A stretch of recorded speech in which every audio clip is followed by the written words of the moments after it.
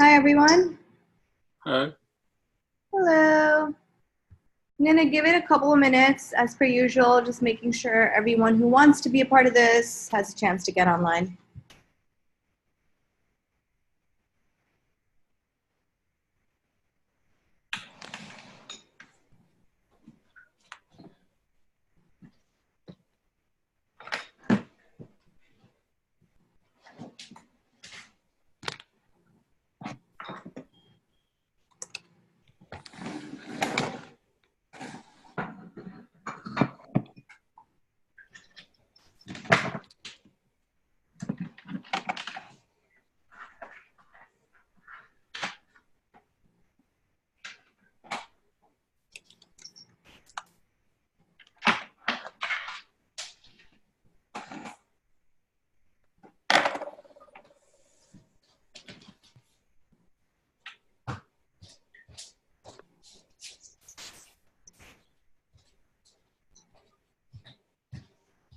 Okay, I think we're gonna start. I'm gonna share my screen. Just a reminder to turn on video and mute yourselves. I'm gonna share my screen and just give me a thumbs up if you guys are seeing my screen all fine. All good? Awesome. Okay, wonderful. Welcome to week 4, guys. It's now officially after the halfway point, and I'm very excited that you guys have made it. I think all the work is looking really good. A lot of you caught up over the weekend, which is great, so thank you for that. I just wanted to set the tone and just wanted to announce that if you do hear from me this week and I ask you to set up a call with me, please do so as soon as possible. We'll just a couple of things that I want to talk to you about. I sent a few requests to set up time with me, and I haven't really heard or seen anyone make time. So please do that. All right, cool. So let's start. Week 4 check-in. Agenda, as per usual, we'll do a pulse check and get a sense of how you guys are faring this week. We'll do a concept review. Today's concept is right up my alley. It's UI design. We're talking about color and type, which is great. We're going to look at some jobs on LinkedIn as per usual, week after week. And then we're going to open up to some group critique, hopefully walk through a couple of prototypes of you guys. So as a group, we can look at it and gather some feedback. And then, of course, save a few for a Q&A. All with me so far? All right, time to unmute yourselves. How are you feeling? I think it was tough last week, but actually speaking with people and having more communication with people was a great relief, finding out that other people are kind of on the same page and sort of struggling a little bit. It helps to deal with kind of the fact that you don't feel like you're on your own, which is good, and the intensity of it, because I think it's quite, well, for me, certainly, I can't speak for everyone else, but for me, it's quite a steep learning curve.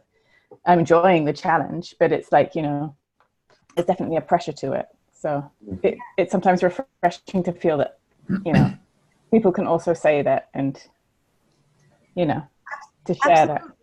Yeah, and I've seen, it's not a surprise to me that those of you who are the most engaged in the group critiques, or the critique groups rather, and in the channel itself, are likely caught up, are likely not struggling, are likely in a group of students that are likely going to go forward to phase 2. So take me seriously. I think leaning on your peers not only, like you said, gives you a sense of belonging, it's okay, I'm not the only one struggling, but also the tiny things that sometimes become hindrances in going forward, it opens up those channels. And it just kind of creates a sense of community, which is very, very important in any design environment. So I'm glad to know that. How about the rest of you? Here's some smiles, some really terrified faces. I'll go. Yeah, all good. Thoroughly enjoying the design elements. It's what I most enjoyed at my last workplace before leaving. So getting into Sketch and getting to use it, it's frustrated the hell out of me in a lot of ways, and it's made me rage quit on a couple of occasions. At one point, I was about 2/3 of my way through my wireframes, and they all disappeared. There was just no way of recovering it, and I was just like, what the actual hell is going on? And then I had to go and skim through Reddit to find that there's a way of recovering kind of old older versions of, and managed to retrieve it. But that was a good hour of my life that I caused, I think, it to be shortened somewhat in the overall grander scheme of things. But otherwise, yeah, no, really good. Thoroughly enjoying it. Glad to hear it. And yeah, I'm one of those obsessive compulsive Command S people who save at every go, and I think I've been burnt by Adobe. Not so much sketches to me still easier to like retrieve older versions. Yeah. But just being burnt from Adobe, I'm like a very obsessive compulsive. Like as I'm thinking or taking a break, probably once a minute I do Command S. Yeah, So I'm never I've at the learned stage where that now as well. yeah. That's probably a good practice to build in. All right, wonderful. Glad to know. Anyone else? That's two of you.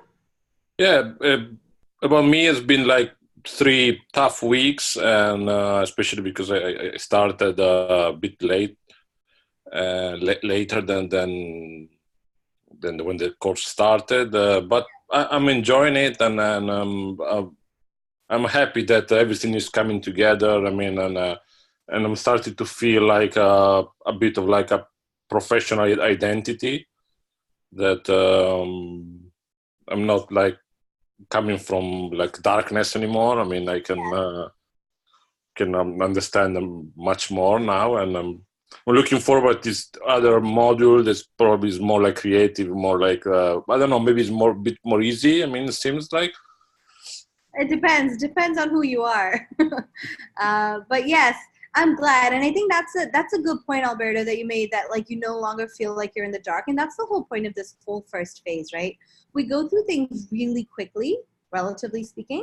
It's very intense, and it's meant to set all of you on a level playing field, right? Like regardless of what your background is, whether you've done a decade of design or worked in startups you're like for the last 5 years, or whether you're brand new and coming from nursing like Erica, it kind of levels the playing field so that when you go into phase 2, there is no leg up advantage. You guys have understood the core concepts of design essentials and therefore can absorb everything and immerse yourselves better in phase 2.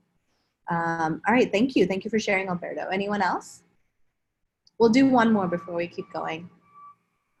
Yeah, I feel like everything just coming into place now. So like I'm understanding a lot more. So like the past 3 weeks, you know, each week, like the first week, the second week, it's all sort of like coming together now, and I'm understanding it a lot better now that we're building the wireframes and the prototypes. Everything's just sort of like it's just sort of clicked, like why we actually started off for the first like competitive analysis, and why we've worked all the way through up to this stage. Yeah, I'm glad it clicked for you, and I know it did for a lot of you. But there are some people who still haven't felt that way. So that doesn't mean that you are wrong to not feel that way or not get caught up yet. It happens at different times for everyone. So I encourage you, those of you who still feel overwhelmed or intimidated by either the speed or the content of what we're trying to absorb, reach out to your assigned instructor or me, set up some time with me. Let's talk it through. Let's come up with other strategies to kind of absorb this information maybe differently that would perhaps help you get there. Okay? All right, cool. Thank you guys. And now let's kind of, let's talk about where we are in the process. As per usual, we have our double diamond again. And here we are, this red dot right here. Anyone surprised to see where we are? We're obviously going backwards. Did anyone realize that? Last week we were here and we're back here. That is intentionally showing you how iterative this entire process is, right? So you create ideas, you create prototypes, and then you realize the prototypes are not working as intended, and then you ideate some more, and then you find some holes, and then you ideate some more, and then you converge, and then you diverge, and you converge, and you come back and maybe somehow realize that your problem statement was not as clear as you had intended, or the problem statement was way more massive than you can chew, so you're going to refine that, and then you come back again, right? So you're still in this ideation stage. You're not there with a working prototype that is ready to launch, right? So you're still creating prototypes, learning a little bit more, ideating a little bit more, iterating based on your instructor feedback, based on your peer feedback. Anyone confused about why we're here? All right. Okay, so unmute yourselves. Why do we create wireframes? Who can answer what they think wireframes are and what function they have?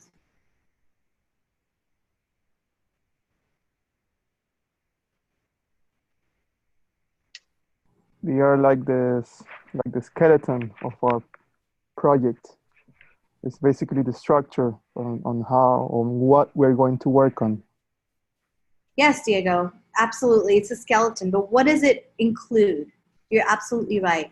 What should a wireframe have, and what is the purpose of a wireframe? What is the purpose of the skeleton? The purpose is to find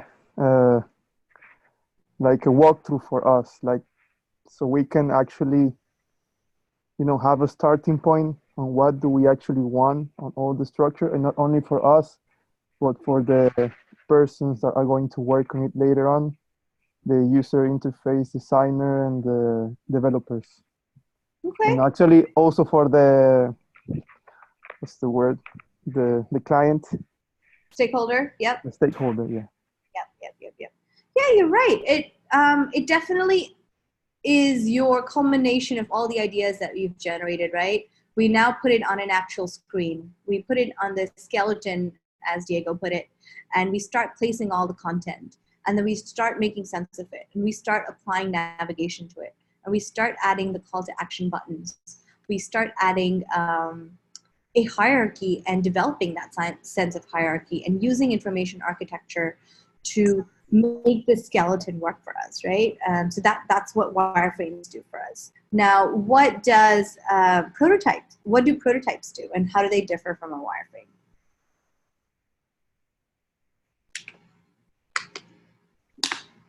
Prototyping sort of, it helps you define what the interactions are going to be, what the user flows are going to be, where and how you choose to present information as well.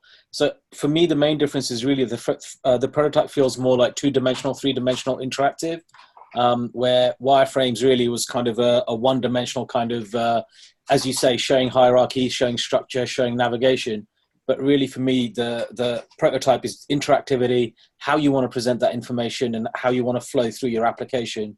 That's kind of the reason why I created a prototype. Okay, yeah. Look at you. Yes, I think that is very well put, and that's exactly right. So think of wireframes as being like your traditional design layout.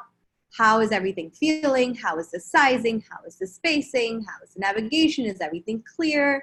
Is everything the right size, space, etc.? You're kind of identifying those areas of hierarchy. And then once you start building it into a prototype, you are defining those interactions. Where are people going to click?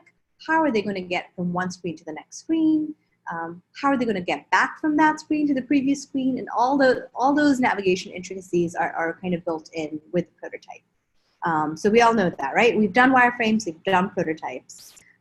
Purpose of a wireframe prototype, okay, as we talked about, let's just summarize it a little bit.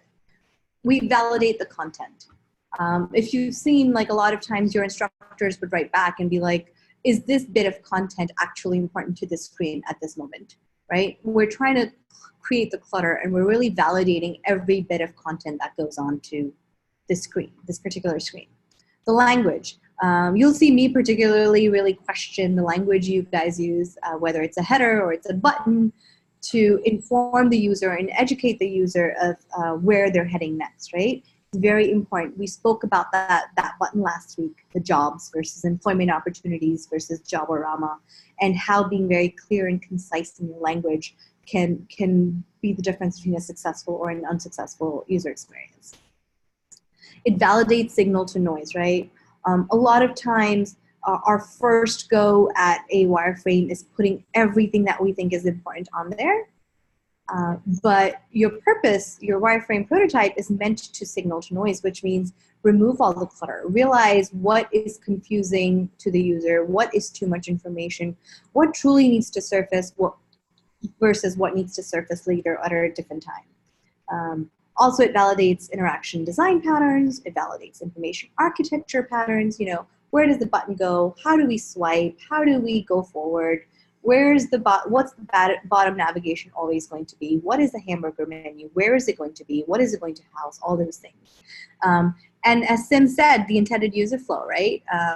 We are meant to identify what is that user journey supposed to look like, and does it accomplish the user goal? Does it solve for the problem that we've identified? So we're kind of taking this opportunity to do a gut check with ourselves, with our team, and with our stakeholder to make sure that we are still going towards solving for our problem versus a tangent here or a tangent there, right? Like, so we continue to validate all these things from that lens. Everyone with me so far, by the way? Thumbs? Thumbs. We haven't done thumbs in a while. Thank you very much. How do we feel about information architecture? I know last week it was a very loaded lecture. We went through lots of tiny things and massive things, and we talked about navigation and hierarchy and content structure and patterns. Does anyone feel like they understand it better now that they're applying it to their wireframes and prototype and getting your feedback from your instructors where we're questioning the information architecture? Yeah. Blank faces. Yes? Okay, one thumb, few smiles. All right, okay. It's okay if you don't get it. Now would be a good time to kind of ask us to elaborate, right? You have us face-to-face, you have the whole class, and this is a good time for you guys to bring up all the things that are overwhelming you still or things that are still intimidating you. All right, now my favorite part. User interface design, right? Anyone, I'm sure all of you have heard of this phrase, even if you don't know what it means and what typography is, right? I'm one of those designers, like a type nerd, who went to school for 6 years and learned typography and got so fanatic about it that I could write a thesis on typography. I'm absolutely obsessed with typography. That said, I do not expect either of you to be as obsessed, as proficient, as cognizant of the nuance of type, right? But there are some basic things that this phase is meant to teach you about typography, and some basic rules, and some not to do's. I think at the end of this exercise, if you're able to provide something that is A, legible, 2, not distracting, and 3, I'm not ready to die, you're good. Like, I wouldn't worry about finessing type to the point where you know, you're ready to make final production ready work. That's something you'll go into depth in phase 2. But let's understand a little bit of the basic rules, right? What is a typeface? A typeface is a font family. What is a font family? That's like Helvetica. Everyone knows what Helvetica is. Everyone knows what Bedoni is. Everyone knows what Avenir is. Times New Roman. Those are all type families, typefaces. A font, when we refer to a font, is a specific font inside of that family, right? So Helvetica Bold is your font versus your type family or font family. Capiche? Very simple. If you mess that up in the future, I'm not going to hold it against you, but know that that's why the naming is different, and that's how it's meant to be used. Okay. Now there are a few types of typography. Or a few types of typefaces. Some of them are sans serif. That's what most of us use and most of us see in the digital space. And it's more modern. It lacks strokes like Futura, Helvetica. Those are all sans serif, which means they don't have those little flourishes at the end of the letters and those slabs and those strokes, right? So they're very clean and they read better when light is put behind them. So it becomes very easy to read a sans serif. And that's why it's used in digital devices more. And there's serif. Reserve that for headline usage, especially on a digital device. But think of serif as your traditional newspaper font, traditional magazine font, right? Whereas light really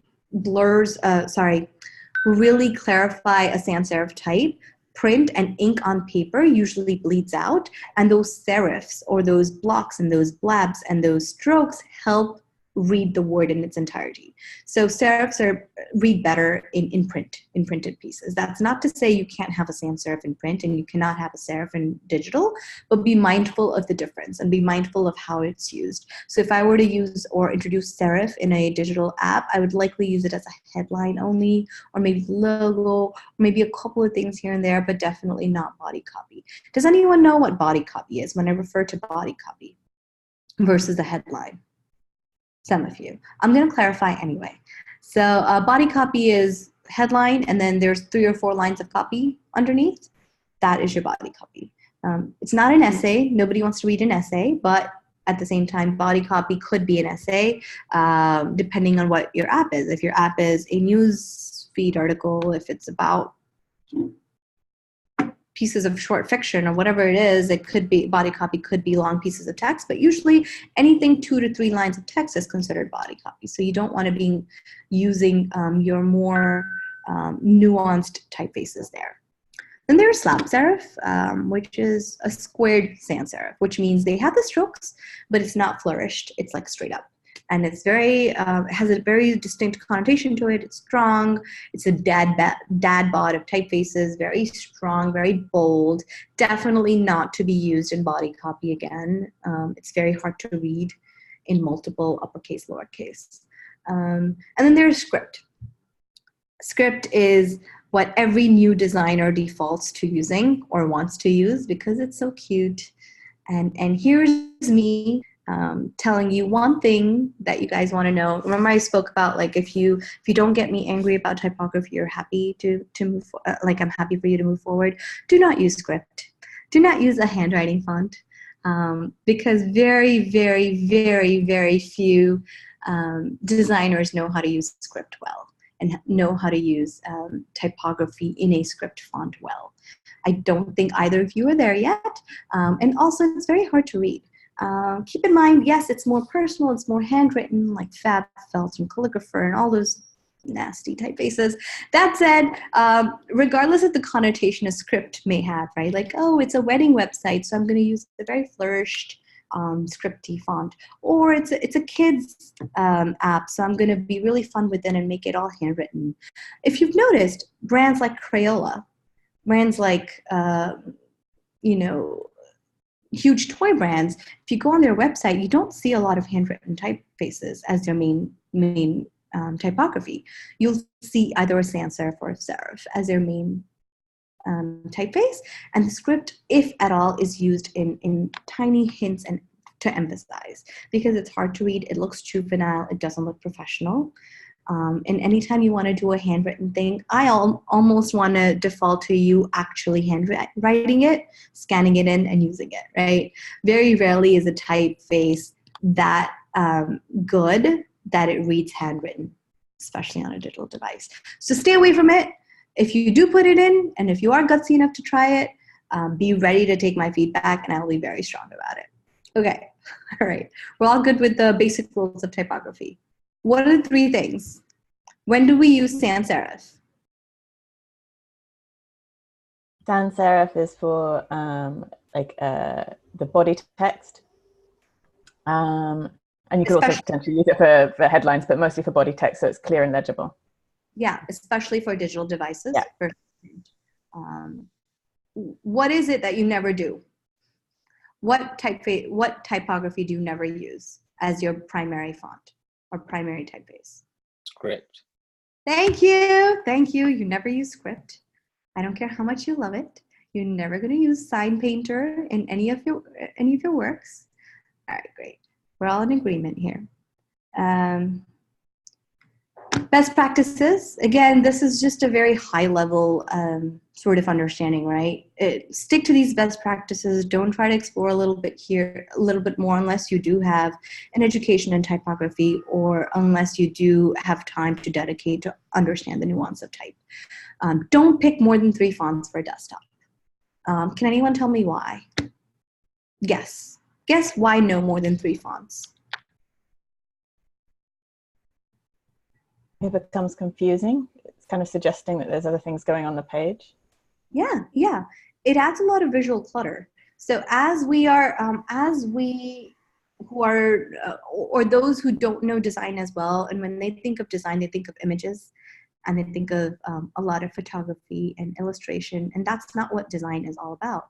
Design is about every little element that touches the page, and each bit of type that touches the page. So in a web page that you open up and you see many different typefaces going on, your eyes are likely not going to land anywhere. They're going to float and they're going to float and they're going to float, and you're going to feel that visual clutter and that visual load, and you're going to either navigate away from that page or find something else that is simpler and easier to digest. If you remember, we had spoken about cognitive load and how to use things that are easy on the eye, that takes less for the brain to process. Well, 3 at the max is the most the brain can process, right? So, for example, use a strong typeface for a headline. Every time there's a headline, you're going to use that typeface. Then you're going to use another one for a body copy. So every time there's a body copy anywhere, it's going to be this typeface. And then there's a third typeface is likely reserved for a call to action or a button because you want to differentiate it. That's the only kind of thing that I can think of right away, but there are several ways you can use 3 typefaces in a given desktop. Now for mobile, now keep in mind, instead of like a larger screen, now you're in a small handheld device. For some mobile, that rule kind of comes down to 2. Don't try to do three different things on a mobile device. You have a tinier space, and therefore your attention span is even smaller than it is on a web page, right? You're interacting with it very close up, and so you want to make sure the visual clutter is even less of a strain. Since you are limited to kind of 2 typefaces, my suggestion would be to find a typeface with a lot of font weights. Anyone know what a font weight is? It's whether it's bold or light. Yeah, bold, light, regular, normal, black, semi-bold, ultra light, thin. Those are all weights. And there's a lot of hierarchy or visual hierarchy that you can decide even with just the fonts themselves. So when people when people who are new to designing struggle with creating that differentiation and creating that hierarchy, they either resolve to many different typefaces, which we've already said don't do, or the other thing is they start making everything a different size. So 26 point for the headline, 24 point for the subhead, and 12 point for the body copy, and 20. It's not always size, it's also weight. So you could use a light weight for a subhead, a bold weight for a headline, and your body copy could be, a thin or something like that. So work with that nuance. Really find a family that has the full bundle of weights so that you can move things around and move the needle around till it starts looking right, and still it starts bouncing off the page in the right intended way. All right. Another is you all are making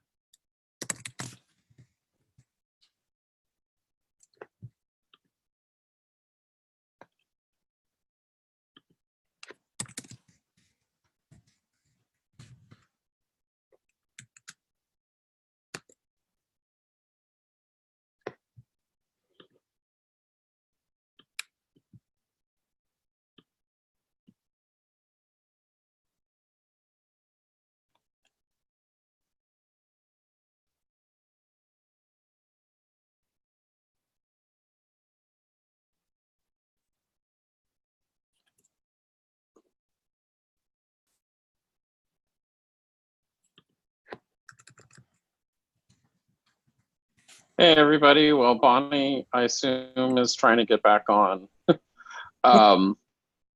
If anyone has questions, you can ask. I'll add to what she's been saying that when I design, I almost always just stick with one font. And like she said, I try and use a font that has multiple weights. Or I find 2 fonts that are very complementary to each other. Is Bonnie back? Thanks, Jimmy. I think this has become a weekly occurrence now. It's just how we roll. Every week I go off for like a couple of minutes.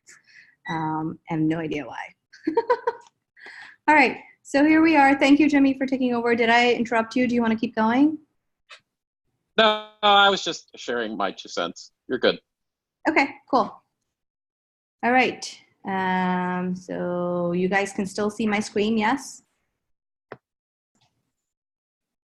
No, I'm not sharing, I'm presenting. There you go. Strive for harmony is where we were at, right? don't strive to create a lot of competing elements just for the sake of competing elements. It should all feel like a cohesive design, a cohesive page, a cohesive app. And then there's some, probably a few more I can add to this list, but the deck as it stands today, don't use Lobster, don't use Papyrus or Comic Sans or Bleeding Cowboy or Gill Sans or any of those typefaces that you're itching to use. Don't use it. If you haven't seen it and it's very common, it's probably for a reason, because it doesn't work. For legibility or for just because you're going to make a typographer roll in his or her grave, like just don't do it. But I can add a few more that I would love to never see again. Before you go on, can you go back? Yeah. I don't know, did you speak to the San Francisco and Roboto fonts? Yeah. Did you guys not hear me? Which part? I think that might have been when I got cut off. So what I was saying. Yeah. Okay. I thought I definitely went through all of that. So I didn't. I guess realize later. Okay. So think about your phone, and what is common is what I was saying. You know, when you're designing for an iOS app, their default font is an SF. They use SF, and in Android they use Roboto, and those are things that you need to be cognizant of also. That's what you're going to play with. That's what you're going to sit on top of. So download those fonts, get familiar with them, see why they work, see what weights they use, and try to mimic that proportion and mimic that usage as best as you can, because you want to, again, strive for harmony. Okay. Now I'm going to look at color theory.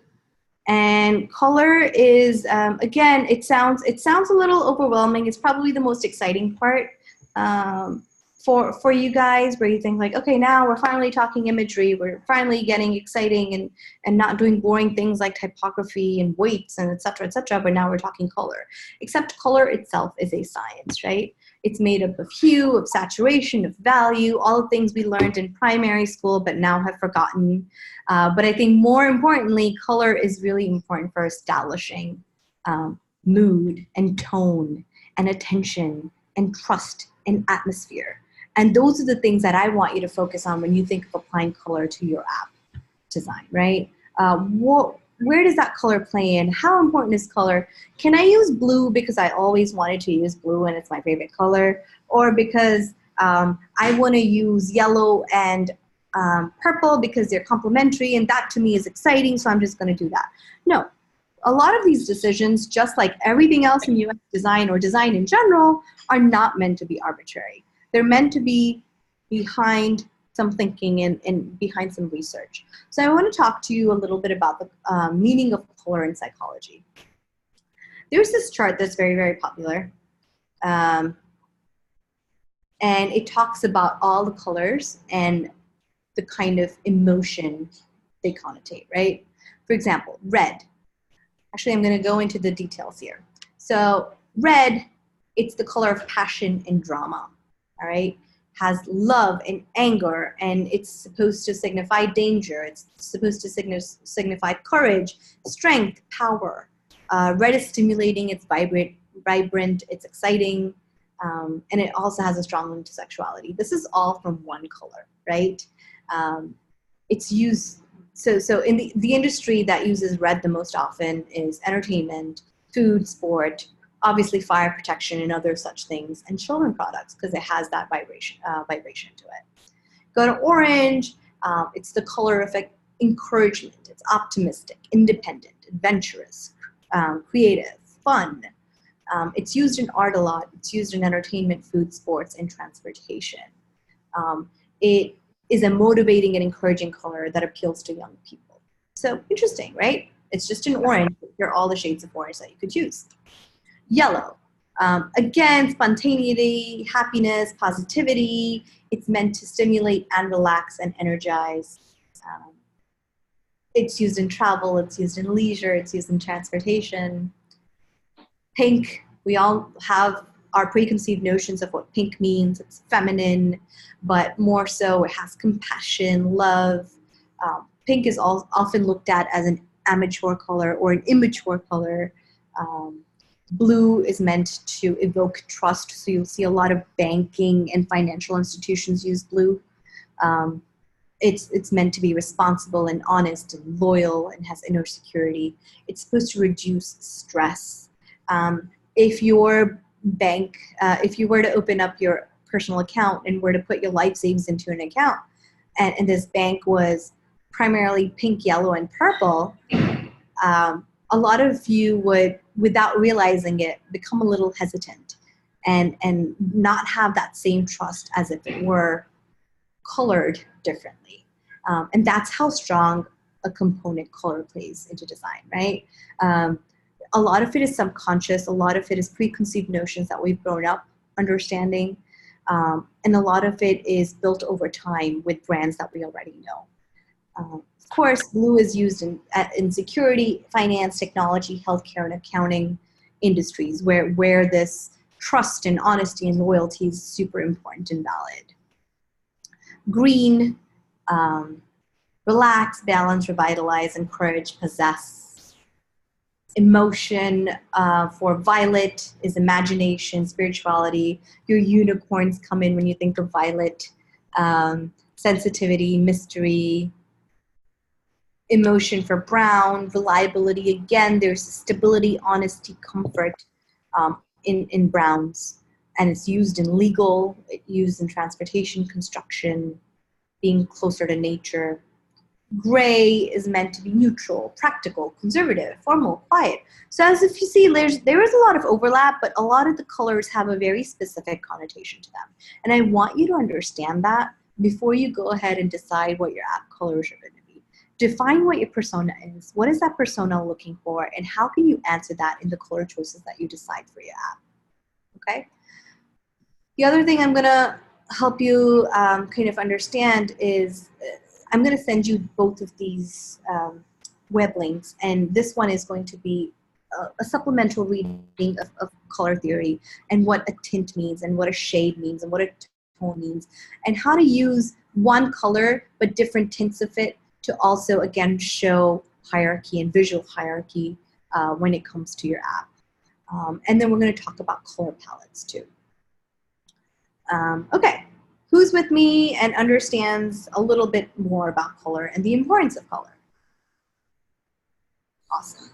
There's a lot more to color, and you can pick up any book out there that is on color theory and science of color, and it comes in different levels, but it'll kind of give you a basic understanding of, obviously, the color wheels, what are the warm colors, what are the cool colors, and talk about color pairing and how you're supposed to choose two colors alike.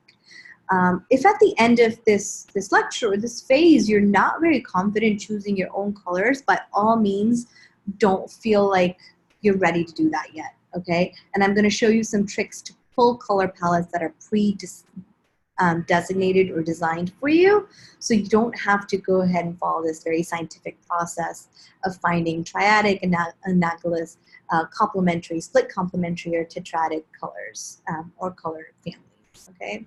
So analogous, I'll give you a few examples of what these words mean, right? Again, these are words, but it's important to understand why and what you're going to do with them. Analogous is all the blues, different types of blues in this menu bar right here. So it feels cohesive, but still different enough to differentiate each category, right? It feels very harmonic, very soft, very, very nice and happy. And then there's this, which is orange or yellow and red, and it has a lot more same family, same sort of vibrancy, same sort of warmth. And then there's the monochromatic, okay? So the monochromatic, a good example of that is obviously this Qatar Airways, where it's primarily using this burgundy, but different shades of it and different ways and color blocks of it to use it well and to give it a lot of depth, even using just one or two colors, right? That's very monochromatic. Over here, it's largely grays and blacks, and the green is like a pop of color to show that bounce and to show that call to action contrast. Then there's complementary colors. got to be very careful when using complementary colors. Often they vibrate like this is. If you notice, the blue with the bright blue with the bright pink, it's vibrating against each other. It's really complementary. So it doesn't work so well when each are equally large and next juxtaposed. But it could work in a way where only the call to action or a tiny button or a tiny element on the actual page is that complementary color for good sort of punch and emphasis. Okay?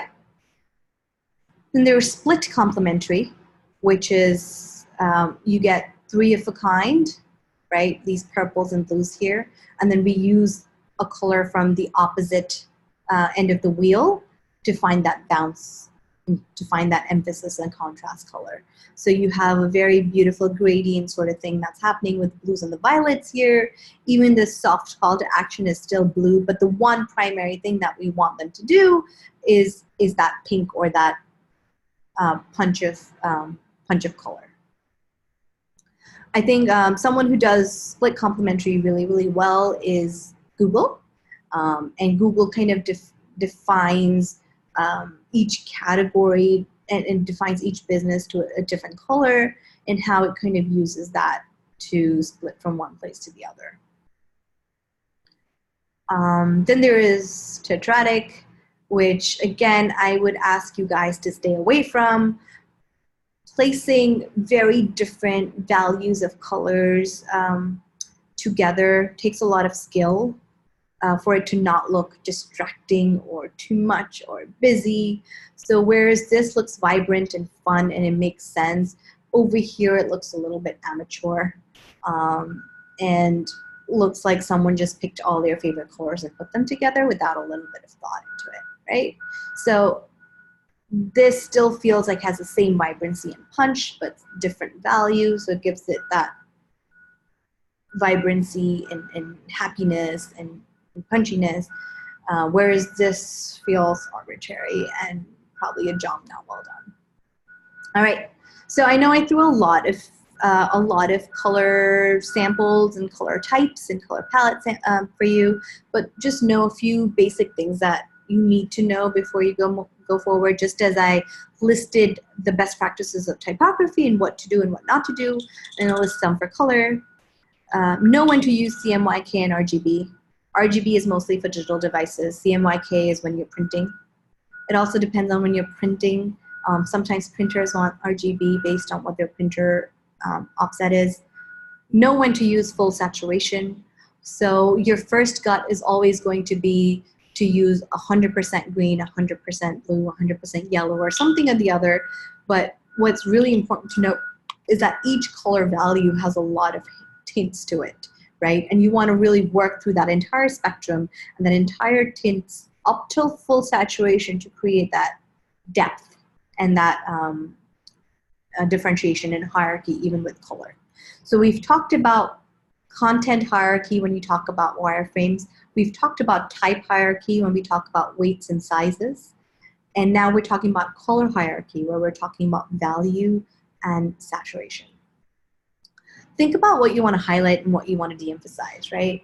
So the thing with full saturation and punchier is likely going to be the one you want to emphasize. Something that is low saturation recedes to the background, and that's kind of also how you create a visual hierarchy. Remember all the ways to pair color, and even if you don't remember all the ways to pair color, refer back to these websites that I've given you. Look at them, see a few of the color palettes, and always strive for harmony, right? Over here, I'm going to try to find another thing. Hold up, Adobe Create, I think.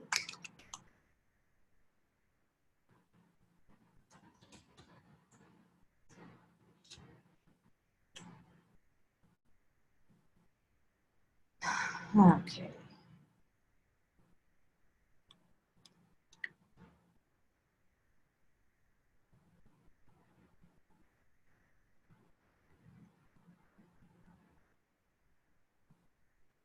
Okay. I can't remember the actual. Is this it? This is not it. Okay, I'm going to share with this as we go through the group critique and try to bring you back to what I wanted to show you. It's an Adobe tool that helps you prep your color palettes. And now we're going to look at mood boards. This is obviously due tomorrow, but it's worth kind of talking about why mood boards are important to the design process. Okay. Think of mood boards as, again, you know how we did the mobile prototype or how we did the 6A5 sketches as your first gut check of where you're heading or where you're ideating towards? Think of mood boards as that first step into visual design. It's a communication tool for creative directors, right? So I would go in and likely start with the mood board that's meant to be an internal document. It's not meant to be something that I share with a stakeholder or present to a client, but it's more like talking through my ideas and putting it on paper. It can include icons and symbols, don't have to. It could include images and photos to give me an idea of what sort of look and feel I'm going for. It could include textures, patterns, and it could also optionally include typography. So I'm going to show you a little bit about a few examples of mood boards that I've kind of pulled. So let me take a look here. All right. So here we are. Here's some mood boards. I just went into Pinterest and I typed in mood board, and here I am. So I'm going to find one that we can talk about. Can anyone tell me, talk to me about what mood this board connotates for you? What do you feel when you look at it? It's quite tranquil. Tranquil. Kind of peaceful. It looks very serene. Serene. Calm. Sorry? Calm. Calm. If you've noticed, it's all of you are looking at it with different eyes and saying words that mean pretty much the same thing. That means this mood board was able to set a tone and mood for what I'm meant to do, right? You get a good sense of color palette. It's very pale, it's very gray, very earthy tones. The style of illustration might be line drawing, very subtle. That's the kind of mood that I'm setting with this mood board. Now let's look again. Let's find something else. All right, let's talk about this. This is a mood board. Everyone see it? It's very youthful. Sorry? Very youthful. Youthful, okay. Very light and fresh. Light and fresh. Yeah. Warm, summer. Summer. Fun. Fun. Sorry? It's very vibrant. Vibrant. I don't know about vibrant, but yes, fun. I see what you're saying. It definitely has energy, but not necessarily in color. But yes, it does have color. I would say maybe like soft and romantic a little bit. Does anyone not see any of it? Does anyone think like, oh, I don't see any of that in this movie? How about with the typography? What does that kind of tell you? Is this going to be a very serious looking app if this were a mood board for an app? No. No. No. Is this going to be a great mood board for a banking institution or financial institution? Probably not. How about for a very outdoorsy nature walk? Yeah. So you guys see how the mood board is like a mixture of type, a mixture of colors, a mixture of images, a mixture of shapes. You know that even that tiny little tape over there at the top left corner shows this sort of freestyle, this openness to the design. Even the type that they've used, whether or not they make it come into the app or not, what it's showing me as someone who's looking at it and setting the mood is meant to be very fluid and full of energy and very laid back at the same time. Like even the clothes that the model's wearing, it's not very stuffy. It's very flowy. It's very, you know, it feels happy in a sense, right? So that's another example of a mood or a mood board. They were using script there as the font though, Banny. Yeah, but notice what I said. She's likely not going to use it as a header or body copy. Okay. Okay? She's using it to emphasize a point and a mood. Right, okay. Or he, it could be a he, but whoever's doing that, it sets the mood for me versus tells me what type I'm going to use. So there are no decisions to be made at the mood board level. We're not deciding at the mood board level that this is the font we're going to use, and these are the symbols we're going to use, and these are the colors we're going to use. We're setting the mood. So when we go from this to the actual style guide, and when we're ready to build out the app, this green or teal could be a very different teal when we start playing with it. This gray could be a very different gray when we start playing with it. But the essence of the mood should stay the same. Okay? Tell me what you guys think when you look at this one. Relax. Sorry? Relax. Relax. Quiet. Very. It's very fresh. Fresh. I think holidays. Holidays. Yoga. That like relaxation. Relaxation. Yeah, summer. Would this work great for a DJ brand, a music concert, No. reserving app? No. Okay. Indie food app? No. Right. So there are certain moods that you can't force fit into a different solution, right? So that's why it's very important to go back to your persona and really understand the kind of persona you're solving for. Be real about the problem you're solving for, and then nothing should be arbitrary. Now we go here. It's a very, very different mood. Now, does this say spa and serene and calm to you, clean and fresh to you? What comes to mind when you see this mood? This is glam. Glam. Indulgence. Indulgent. Luxury. Luxury.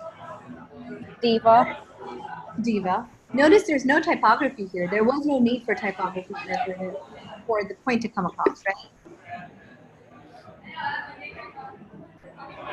Does this mean that I'm going to use this gold dress or this gold texture all over my app? No. But that's the mood that I want people to get out when they're using this app or this project, whatever project I'm creating a mood for, right? Is it a makeup brand? Is it a fashion brand? I don't know. But this is the audience that I'm solving for. This is the emotion I want evoked when I'm designing for this. All right, we'll do a few more samples because I do think this exercise helps more when we share it. I am going to find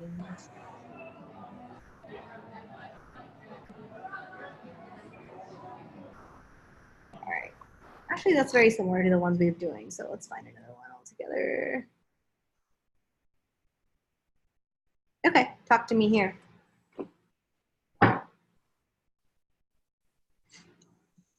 This one feels more quirky, curated, collectors, something like this. Okay. Very contemporary and stylized. Yep. So Right. notice these neutrals are very similar to the mood board we saw 2 mood boards ago. Neutrals and grays. But it's a very different emotion based on the imagery that we're using, right? Do you guys notice that? So even within a color family, the color itself is never enough or sufficient. It's a part of the entire story. What else do you guys see when you look at this? You have more patterns. Yeah. And that is a bit more stimulant. I mean, it's It feels kind of more cerebral. Sorry? Kind of. It feels mostly like cerebral, kind of like it's about thought or kind of almost not academic, but kind of about thought. Yeah. Okay. I also see a lot of history, Art Deco inspired look and feel. Very high end. I don't see a kids brand doing this. I don't see, again, what else? What do you guys think of when you see this? What do you think this would be a mood board for? because there's a Victorian kind of like. Yeah. A members club. A members club, something elitist. Yeah, really cool boutique hotel. Yeah, exactly. Is that helping? Is this helping at all, guys? Do you guys now understand what a mood board's meant to be? Let's look at this. Very different.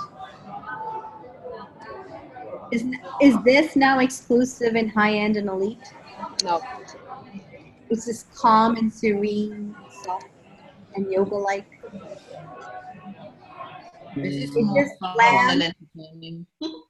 Say that again, Lindy. More fun and entertaining and a little bit more vibrant. Yep. More approachable, I'd say.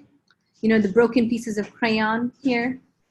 I was thinking of parents. I mean, like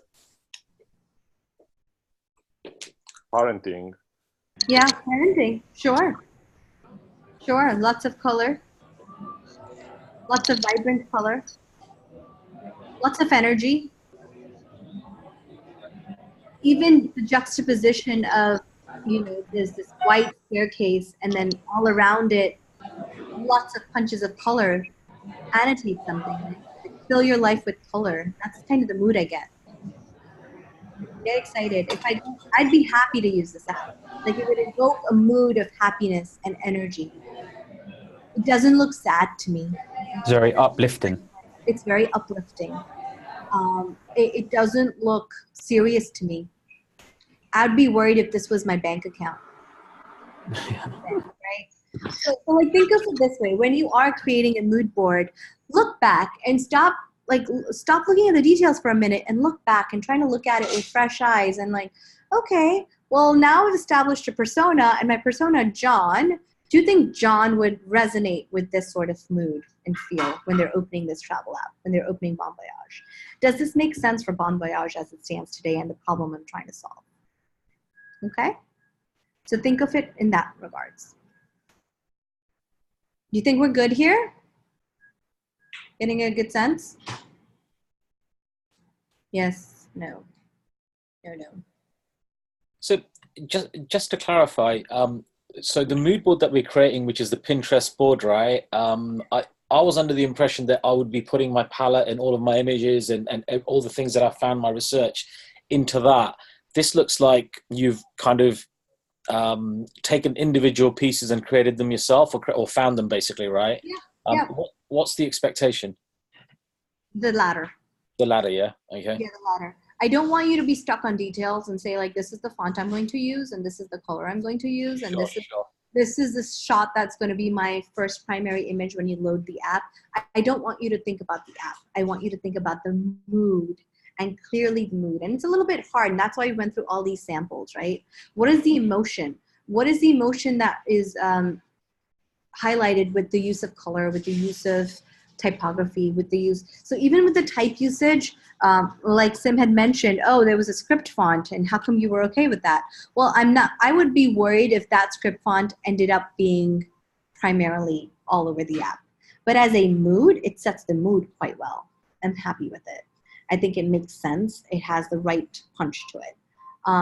So like I said, it could have icons, symbols, images, photos, textures, patterns, or typography, but doesn't need to include all of these things. As long as it captures the mood, it's good. And one thing that I think Erica said last time around that I'd love, Erica, if you don't mind, for me to repeat this time is, when you are editing your mood board, when you've put in all these elements, the one other thing you should do when you look at it again is try to edit out the elements that are redundant and remove them just the way we remove elements from a screen, just the way we remove words from an essay, to create a concise vision and concise mood that isn't very repetitive and redundant. Did I say that well, Erica? Do you want to add? Yeah, I think so. One way to think about it also, what a mood board is not is a collage board. Don't just put on a bunch of, like 20 images on there, because when you're on Pinterest, not actually creating it on Sketch, it's easy to just, oh, I'm going to pin this, I like this font. And then you end up with a large mood board that may not be cohesive. You know, you could end up with like a different color scheme up here and it goes down. It's like, oh, it's not really the same mood anymore. So stick to thinking about what feeling you're trying to convey. And the question I like to ask myself when I create mood boards, and I love creating mood boards, is that you look at an image and you see, does this image make sense for this to be in here? If I take it away and the mood board still has the same message, then it's probably not important. Take it out. But if you take it away and you're like, oh, like now it's different, now it has a different meaning, then keep it. So those are the kind of things I want you guys to think about and ask yourself when you create the mood board. Yeah, I agree. Can I hop in too? Hi, Jimmy. So the way I like to think about mood boards is to be explicit about why I'm making a mood. Why am I creating a mood board? So there's two very popular reasons for people to make mood boards. One is to explore different visual themes, right, quickly. The idea behind a mood board is instead of spending all this time to create the design, is you're pulling in all these different existing elements and seeing what, does that work for what you're trying to design. So you can use this for yourself to inspire you. And the other option, and the other time you use mood boards is if you want to do a gut check with your client or your stakeholders to say, hey, do we want to look professional or do we want to look fun? And they might say professional, but mean fun, or vice versa. But when you put a mood board in front of them, they can react to it. Right now, now you're not worried about what terminology people are using. We're more likely to be on the same page. And again, it's something you can do quickly compared to coming up with designs. And so it's a very low cost way of iterating an idea, particular ideas. And like Erica says, they're actually really fun to do. And I just want to add one thing. It doesn't always apply. And the reason I said it was more of an internal document, at least for me, in my experience, the clients or the stakeholders I've had, you need to kind of understand the purpose of a mood board as much as know what it means in order for it to be successful and do what it does. When I have shown mood boards historically, they haven't gone by well for one of two reasons. One is the stakeholder gets stuck on a specific image or application of the image and expects it to happen in the final product, and that's not necessarily the case. Second is they're just not able to say if it feels right or wrong unless they see it in that form. And I've seen both types of clients, and it's been some sort of a struggle. So that's why I think Jimmy's right. In an ideal world, especially in an agency or working with clients that are very familiar to the design process, for you to come in and show a mood board would be highly effective and time saving. But in a startup or someplace where you're just starting off a design team or have team players who are not really familiar with the design process, the education bit is really hard, and it's really hard to sell the value of a mood board and managing those expectations. So just be mindful of that. I think very valid point, but there's just a flip side to it, that be careful of how and when you show a mood board, and that you're managing the expectation that the mood board doesn't mean this is the direct solution that I'm going for. Okay. Now for your favorite part is what I assume, the jobs associated with weeks 3 and 4. Let me know if you can still see my screen.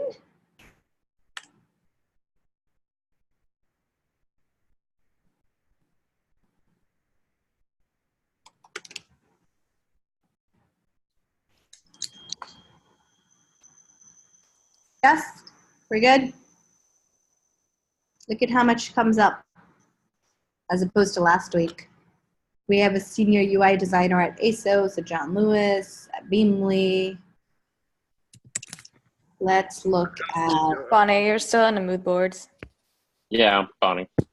Oh, see? That's because my share is different. Hold up. Let me fix my share.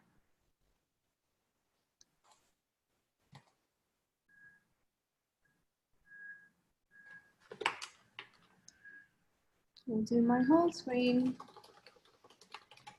you guys see it now? Yeah. Yes. Yeah. Right. Wonderful. So I'm on LinkedIn in London. UI designer is what I typed in. And here I am. And I'm going to look at a few things here. Okay.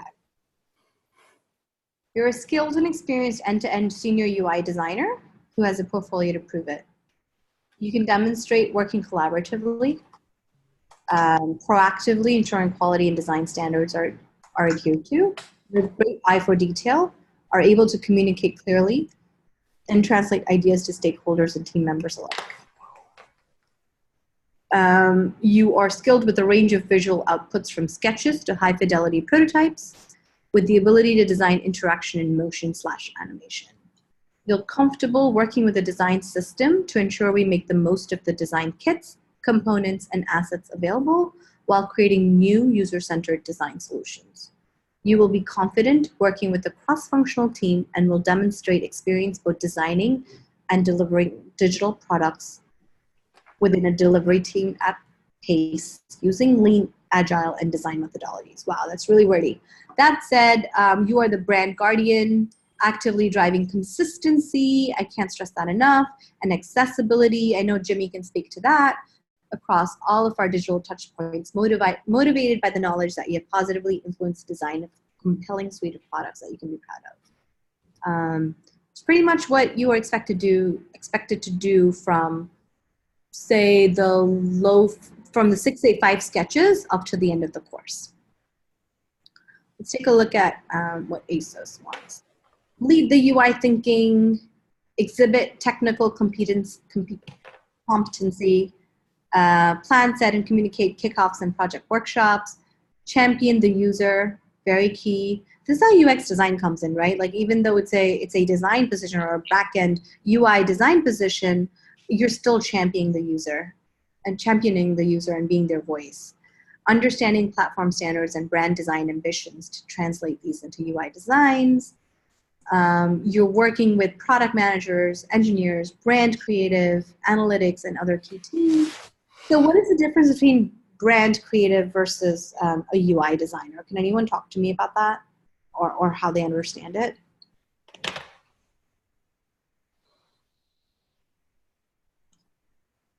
No. Do you want to talk about it? So brand creative is someone who could do one of two things. One would be for example, a growing startup. A brand creative would be the one in charge of all their marketing initiatives. So like their acquisition marketing, their email strategy, their posters, their ad campaigns on the tube, their print advertisements. It could also be event space look and feel and branding there. It could be a video spot, etc. Whereas UI is more to the actual product, so the actual digital device or product or website that the user is interacting with, not necessarily the actual brand. Is that clear? Okay. Keep abreast of new technology, design trends, and emerging UI thinking, expert use of relevant tools, Sketch, Adobe, Prototype, Principle, and then some like about you personality things, right? You naturally connect to colleagues. You'll probably find something similar to this in almost all job descriptions that have UX design relevance to it, right?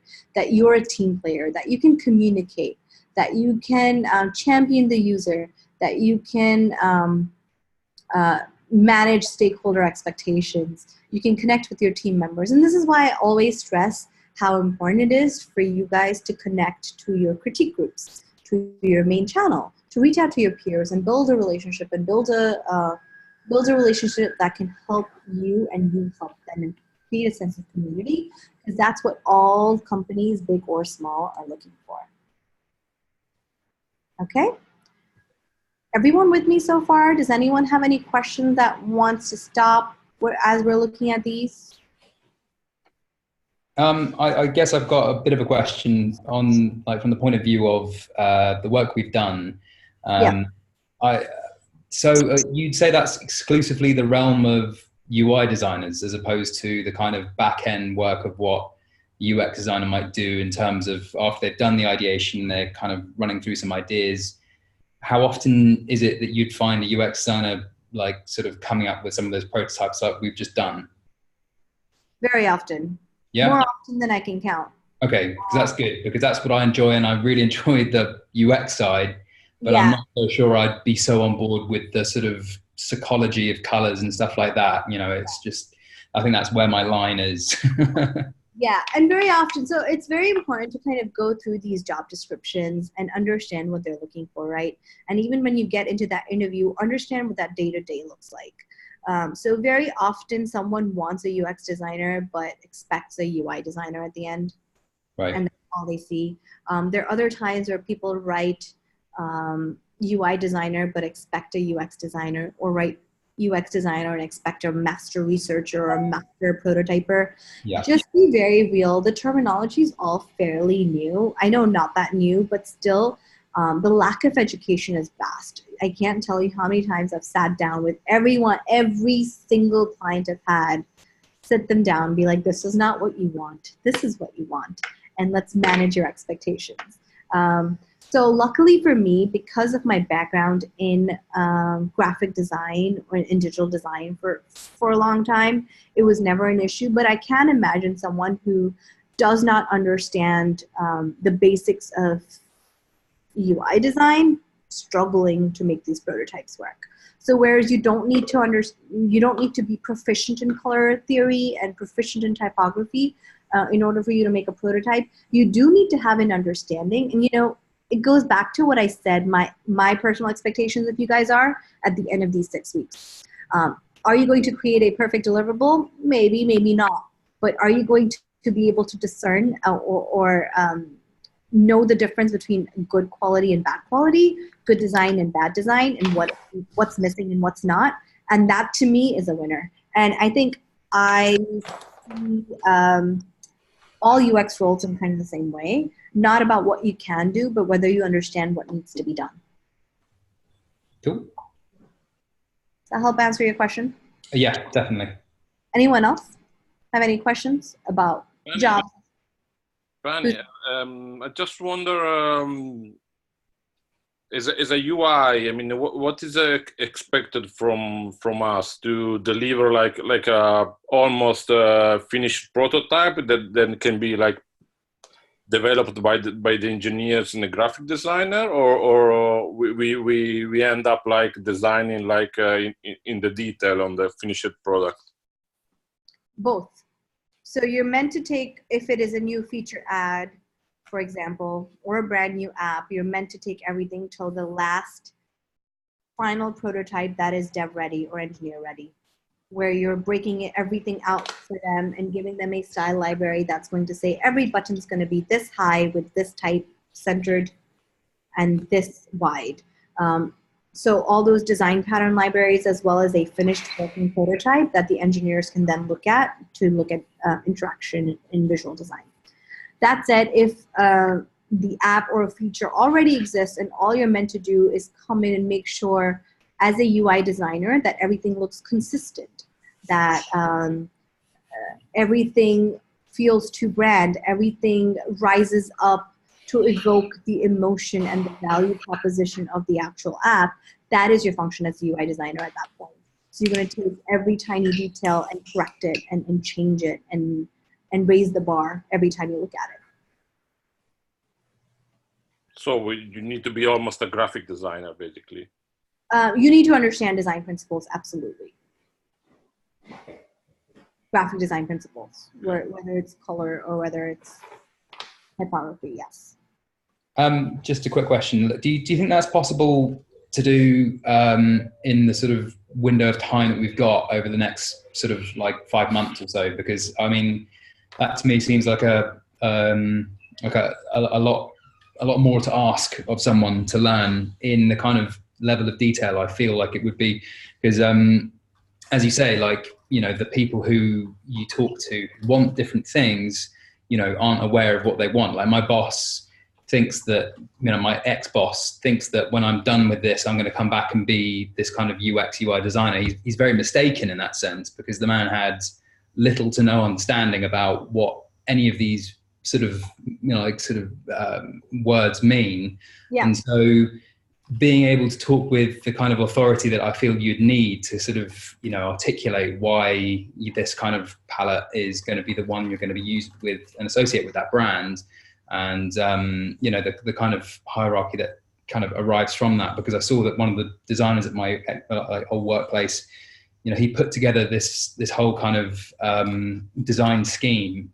And yeah, like it kind of blew my mind, because some of it seemed almost arbitrary, subjective, but at the same time, you know, he had like 8 years worth of experience behind him, so of course it wasn't. And I just couldn't really wrap my head around it. And I'm not sure that's something I could do in the next space of like 5 months or so.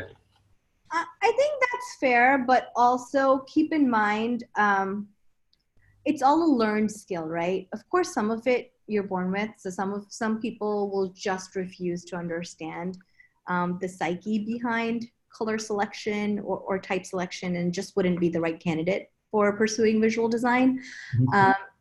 That said, it is a learned skill. You can teach yourself color psychology. You can leverage existing color palettes till you get used to selecting those and recommending those. Even today, after I'd say I've been designing professionally for 16 years now, I still don't go ahead and go from a color wheel and be like, this color, that color, this color, and I'm good. And I know what I'm doing because I've been doing it for 16 years. It almost never works like that. I always look at inspiration. I look at other mood boards. I look at competitive visual competition, just the way you guys are meant to do. And I go to, you know, color palette creating tools to start there. So to think that you are going to know enough gut instinct in the next 5 months, likely not. That doesn't mean you're not going to be set up for success as a UI designer. Okay. I think UI designer, as long as they can validate their choices in the same way you can validate your UX design choices, if you can validate your UI design choices, you're set up for success. Okay, I just feel like there's, sorry. It's slightly harder to do than the other, that's all. Because I mean, it's kind of quantify in certain senses, whereas like UI design, it's less quantifiable. But of course, as you said, there are volumes of like research out there. So long as you've done that, then you can justify it. You're absolutely right. At the end of the day, color, because of what it is and because of the emotion it evokes, is subjective. Even it doesn't matter how much science you put behind it, there's always going to be that one stakeholder who's going to be like, no, I cannot have a purple app. No way. I hate it. Or this is disgusting to me. Even if it doesn't matter if you have 16 or 20 or 30 years of experience and you're the polisher of the design world and you come in and be like, I'm a professional, I know what I'm doing, that still doesn't validate your color selection, which is why even creating mood boards, you're creating several. You're opening yourself to a line of communication, right? And I think it's very important to, as we are advocating for the user, we have to keep in mind that our client is who we are designing for also, right? So we have to kind of find the right balance. Can I speak to you? Can I try to convince you a little bit more? Have I hit a dead end? And if I have hit a dead end, do I need to start over and find other solutions that are equally effective, right? So as a designer, you have to be okay with that uncertainty, and you have to take all these opinions in stride. Like, you cannot be the one person who comes into any conversation saying, I know what I'm doing. Even as a UX designer, I feel like even if things are not as subjective and they are based on research, I've entered conversations with tons of data supporting my hypothesis, and I have been shut down because some stakeholders' gut says no. Right? So you're always going to have to fight with this human element, unfortunately. And as a designer, all you have to remember is to continue to advocate for the user, continue to push. And as long as changing a purple to a teal is not going to affect how the user feels when using this app, Don't make it an ego thing and move on. Cool. That's how I see it. Thank you. Yeah, there. I also had to ask a clarifying question. So, at the end of the course, what do you think the level of expectation is in terms of entry work? Because there's terms like senior UX, freelance, junior. Where is our level of entry when we finish this course, do you think? My hope is that all of you can come in with 2+ years or position yourselves at 2+ years when you're looking for a job. Because you are going to have client work. You have gone through a vigorous boot camp, sort of style of education, and that counts for something. That counts for a lot in my book. So I would be comfortable with you saying 2+. For those of you who have other professional experience, you can tack that 2+ to that professional level experience and say you are now a mid-level UX designer because you understand everything else, plus now you understand the basics of UX and you have some experience and therefore you can do mid-level. Can you be a senior UX person? I'm not sure. To be fair, I was hired as a lead product designer after my boot camp, but I don't think it was because of my boot camp alone. It was because it was clubbed with my years of experience in the industry, right? So it still is a little bit personal, but I think all things fair, if you were to just look at it from the lens of this boot camp, I would be comfortable saying that you guys can apply to anything that asks for junior or 2+ years. I also had a question. So I guess my assumption, just because this is kind of like a team environment, like you'd be working with front end, back end, stakeholders, and all of that. I guess I assume that maybe there would also be maybe a graphic designer on the team. Is that kind of far-fetched, or are we kind of looked at as the catch-all? Depends on what company you're working for. So at Amazon, the UX teams, the UI teams, and the brand teams were very distinct. So we each had a role, and we each stuck to our role and adhered to what we were good at. When I came to a more leaner team, like a meal pal, everything was muddled. And because I was the first design hire, and it just so happened that I had the experience from a brand perspective, I became that one catch-all. Do I recommend that to all of you? No, because that's where the learning becomes less, right? You don't want to be the smartest person in the room. And that's kind of why I left. I wanted to learn and I wanted to grow. And when everyone is leaning on you to be the person who knows and leads, and you are just starting off and you just walked out of a boot camp thinking that, oh, now I'm ready to start my new career, it's almost like a handicap in that regard where you cannot grow. So my recommendation would be to find a place in a team versus a singular position so that you can learn and grow and lean. And in a couple of years, when that job is no longer yours, you're still set up for success and you have more experience versus less. Okay, makes sense. I'll just add to that I've worked with a ton of different teams because I've worked as a contractor for much of my career. So I've seen all these different setups. And every design team, every software engineering team, every product team is organized differently. So you might be the solo designer in a startup. That's very different from being one. If you were at, say, Bloomberg, they have a UX team of over 50 people. And for each project, they might have an interaction designer plus a UI designer. And plus someone who codes like HTML and CSS and JavaScript, for example. So it's really going to depend on the situation, and you have to figure out what you're comfortable with, how much you want to be able to stretch on your first job, how much you want to just build on the skills that you already have or you're most interested in. There's no one answer to your question. Okay, thank you. Anybody else?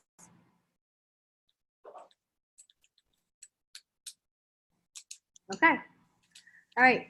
So let's go back, and I want to invite you guys. I'm going to stop sharing now, and I'm going to invite you guys to share your screens and your prototype. Bless you. God bless you. Who wants to volunteer to share their prototype? Does it have to be the prototype, or can we do wireframes as well? Let's do wireframes. Okay, I can share mine. I feel like I'm having a lot of trouble with mine. Just working it. So let me share that real quick. Let's see. All right. It is a little bit, oops. Okay, here it is. I'm still kind of working through a lot of things, but I kind of created a little bit of a workflow where initially I didn't want to start off with a login screen just because there was a principle where you want to kind of give them a little bit first before asking them for work and information. So basically the first screen is to explore different locations. So there's going to be featured articles, and also maybe if you want to select popular destinations. And then going forward, you can also, I kind of chose Paris as my kind of example. So you can go into Paris and kind of filter down things based on rating, price, distance, whether it's indoors or outdoors. And then let's see. So I ended up choosing a concert of Ed Sheeran. So from there, you can go ahead and add, you can click this plus button here and add it to different trips, or you can go through the third-party StubHub here and get tickets. And so it'll kind of have a pop-up here. And so just because the customer or the user didn't, they didn't sign up quite yet, this is kind of where we make that request. And they can sign up via email, Facebook, Instagram, or Gmail. And then from there, they go ahead and choose their interests. So I kind of base this off of the Apple Music, the Apple Music template for choosing different genres. So there's going to be a main genre, and it'll expand into, like, the main genre is art, and then it would expand into like music, museums, dance, and different types of art. And so it'll bring them back to their actual trips here. And so the trips would be organized by budget, the different activities for every day that's expandable, and also the other people that are on the trip as well. And they can comment, they can like, and that's kind of the main gist of it. Any feedback would be welcome. I feel like I'm having a little bit of issues with maybe like navigation, I guess, or whether things are easy to understand or easy to like with the call to actions. Are they apparent or are they not? And yeah.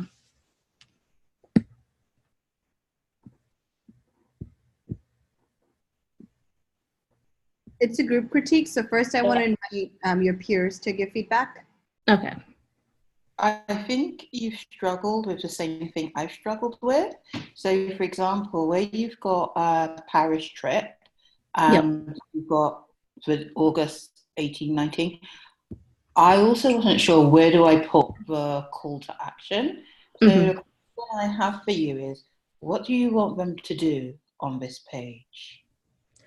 Okay, I would say this is kind of where everything culminates together. So I feel like the main action of the app would be to explore and then start adding things to the trip. So I guess this is where everything's organized together, along with maybe your companions that are also going on the trip. And then also sorry to stop you. So then if I'm the user, yep.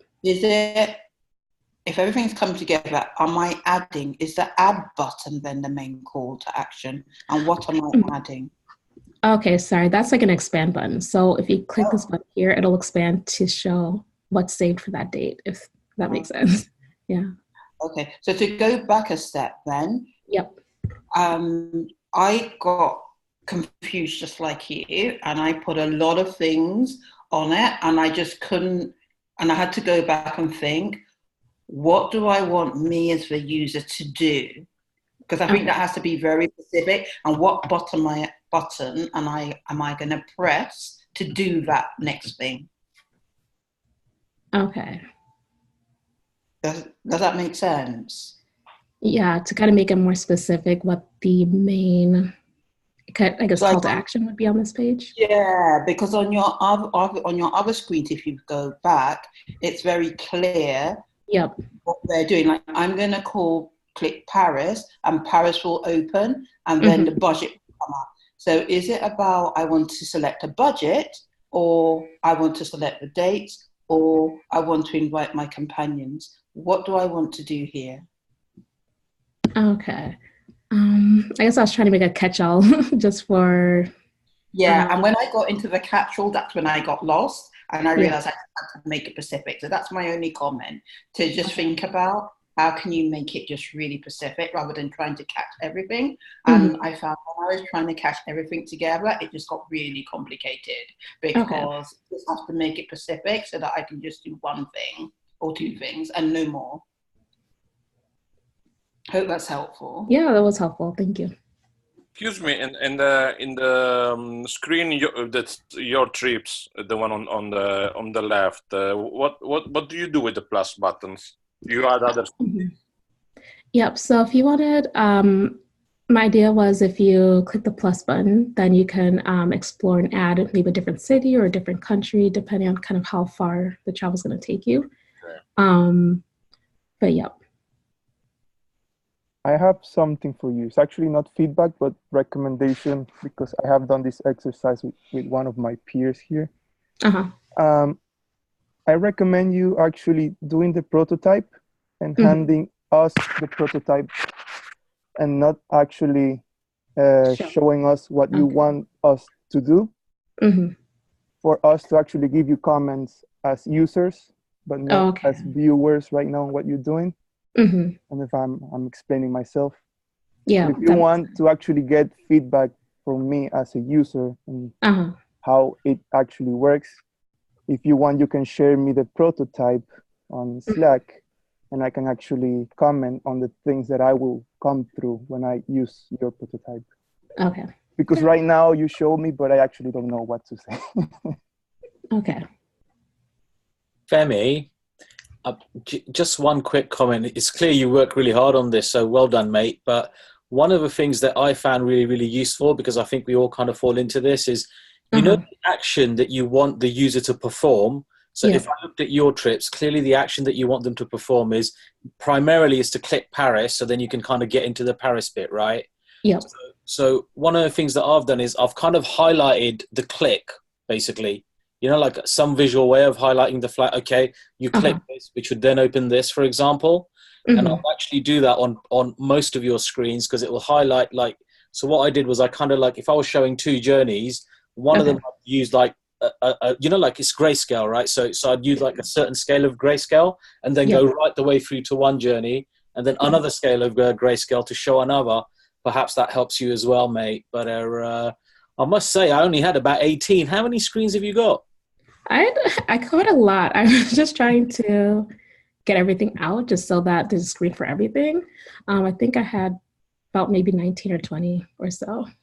Did that suggestion help? Does it make sense? Yeah, it does make sense a lot, just to kind of guide the user's eye. I feel like I just kind of got design blind with my own wireframe. So yeah, I think that'll be helpful. Just kind of, you know, where which I think that will also where it really helped me was a prototype as well, right? Because then you can just follow the things through or whatever. And I think what we just went through the lecture with Barney was really helpful. So if you want us to click on Paris, that's heavy and bold, but the plus in the circle should be really light and faded gray, a lighter font. So we're not looking at it or thinking that we have to press that or put a button on Paris, if that helps. Okay. Can I interrupt for a second to tell you how emotional I am right now? I want to have happy tears. You guys made me so proud. I am so impressed. All three of you that gave you feedback, Femi. great job. Yes, you've done a lot of work, and the feedback you're getting is so pointed and amazing and great and specific and really nailing the problem. And I'm inside like really getting like, when can I unmute and say you guys are awesome? Awesome. I'm so glad and impressed and very, very happy that you guys are getting the main point, which, you know, just to kind of summarize what Sim, Diego, and Lindy have been saying to you is decide what that primary call to action is on each page. Make it singular, make one purpose per page, and follow that journey through, and that's going to simplify a lot. So if you do want to add companions, make that into a following step. Make that into an optional step on another screen versus jamming everything in together. I hope that's giving you enough to kind of work with. I think so.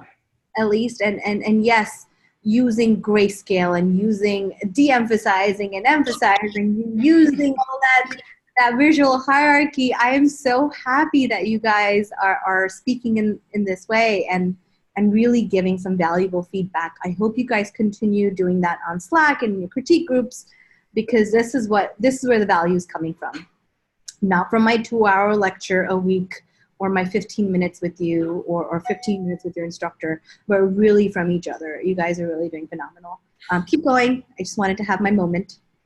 Thanks, Bonnie. And thanks everyone who contributed so far.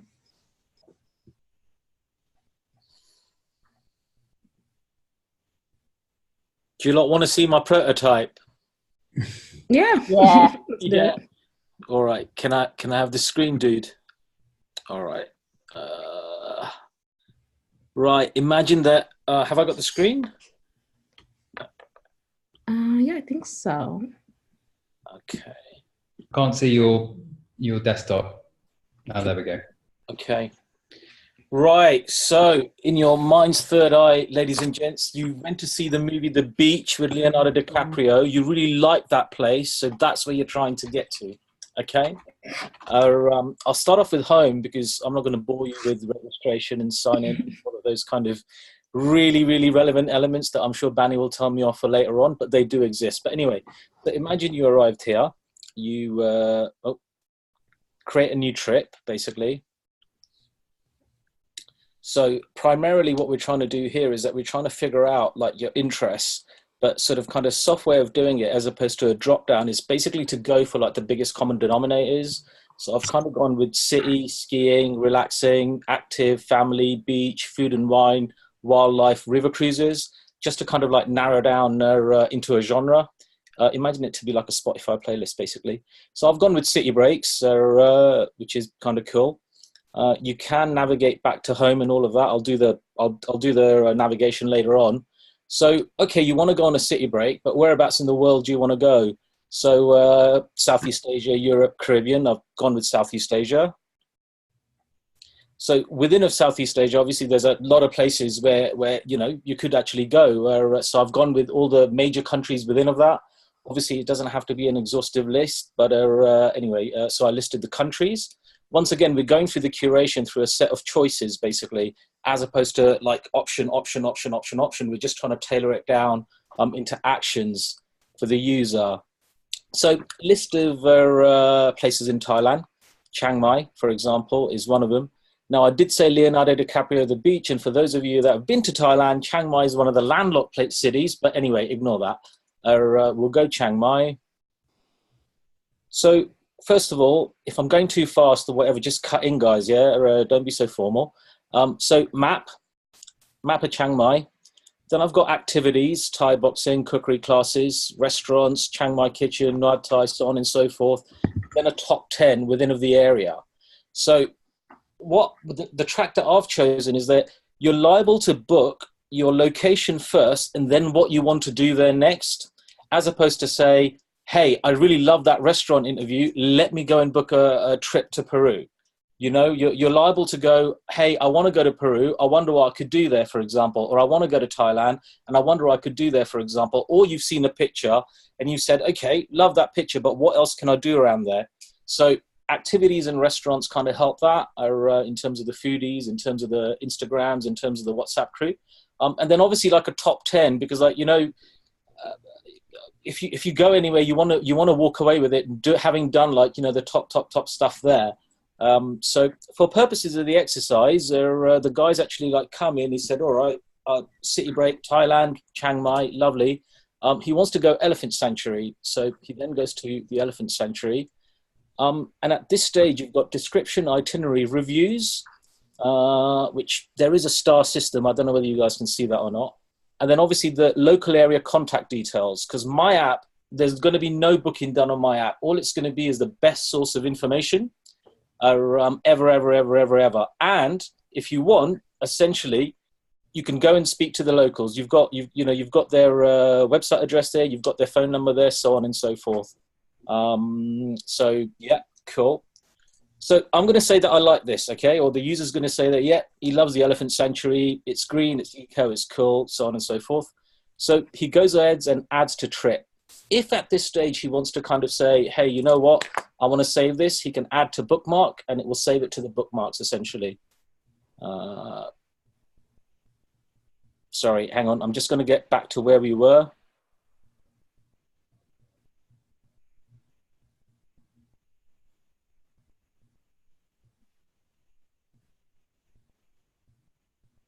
Okay, so here we go. So you saw the way that you could add to bookmarks, and then obviously the other journey I just showed you there is that if you then wanted to create a new trip, you can quite seamlessly do that, but I can show more of that later on, or just post this online for you guys, really. So I'm going to add to trips at this stage. So here's one of the screens, which is if you say add to trip, it will actually add it to your calendar for you. So obviously this is permissions based, so you need to have that thing to say, hey, want to add to your calendar. If you say block, it will just bring you back to the same screen. If you say add to trips and allow, go to your calendar, bloody blah, done. So so on my application, when it says this activity has been added to your trips, what that means is that all of that information has been downloaded, such as the map that you saw, such as the activity list, the restaurant list, and the top 10s that you saw. Just as a matter of, I've actually just realized that there are no annotations on this, so the walkthrough is actually quite useful. But anyway, so you then come to a summary screen of the trip in Chiang Mai, the activities, the restaurants, or top 10, anything that you might have booked. So do you, just coming back to Femi, do you see how like the darker, I've kind of used the darker shades basically to kind of highlight the journeys primarily. Okay. Yep. And dudes, yeah, feedback, man. Homeworks, trips. So I'll just do a couple of quick ones before I throw the floor open. If you went to trips, all the trips that you'd done, so you know that journey I showed you for Chiang Mai, right? All of them would appear here with your dates, which I think could be useful because it just summarizes all of the activity that you're actually interested in. Your bookmarks. So bookmarks essentially are unfinished journeys, yeah? They've kind of got somewhere and they said, well, I don't really want to add it to my calendar, but I kind of like it. So you can just add it to your bookmarks so you can come back to that at a later stage. If you want to share it with your colleagues or via Instagram, Facebook, so on and so forth, you can kind of do that. Create new is create new, and search is search. Look, I've kind of whizzed through that. I've been talking for 5 minutes. What do you think? Is it crap? Is it understandable? What do you reckon? I think it's understandable. I think one of my questions, as you enter your app, I go through maybe 4 or 5 pages before I arrive at a possibility for something like an activity. And I wonder whether because that's good if say, for example, you're looking for a wild card, you're like, oh, I don't know whether I want to go to this country or this country, and it's good to give all of those options. But for someone who is wanting something specific as they enter your app, maybe your search could be more prominent as a bar at the top, perhaps, so that someone could shortcut through to a city to build a trip. I think that you're right. I think that sort of Jess, I know that you know my time issues this week and the wonderful way that I've spent my weekend with bottles of wine and a long playlist, The Wonderful World of Sketch. I hope all of you are feeling my pain. But anyway, yeah, I think that you're right. Like on hindsight, where I've put my search and offers doesn't actually make sense because I've buried it within of the button, right? You know, the search button. I think that you're dead right that there is a strong case for surfacing this. Can you guys see my cursor as well, or do you just see the app? Yeah. Okay. Yeah, I can see that. Yeah, I think that there's a strong case for surfacing that up to the next level, which would mean that I need to go back and change my application map and a bunch of other stuff. But yeah, I'd agree with you. It's good feedback, very good feedback. Because I've got my offers buried here as well. But yeah, agree. Yep. And my feedback is really like small, but like on this home screen, I think also on the trips page, it might just be because I have small thumbs, but I feel like it'd be really hard or it'd be a little bit more stressful just to reach up and kind of select things. So I think maybe just keeping everything within an easy reach might be nice, since there's some extra space on the bottom there. Yep, I understand exactly what you're saying. But imagine that you had 10. So I thought about this. It's very good, actually. So imagine you had 10 to 15 things in your list. They'd be scrollable. Okay. So theoretically, I could make Chiang Mai like drop down to like down here and leave like a white space up there. But then I got scared of the white space, man. And so I said, you know what? I started adding like Amsterdam, London, and maybe I just need to carry on with a few more trips because you remember it's on gesture, right? You can just simply pull it down and click. It doesn't mean that you necessarily need to like reach up.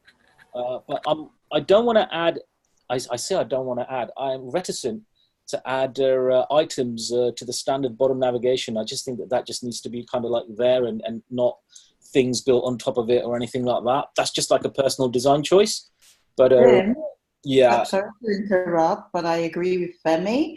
If you think about some of the presentations, they show that people are just using their thumb, and where your thumb goes, a lot of your where you're pressing stuff is in the top rather than down the bottom. So it may just be about how do you design where things are so it's not so high up.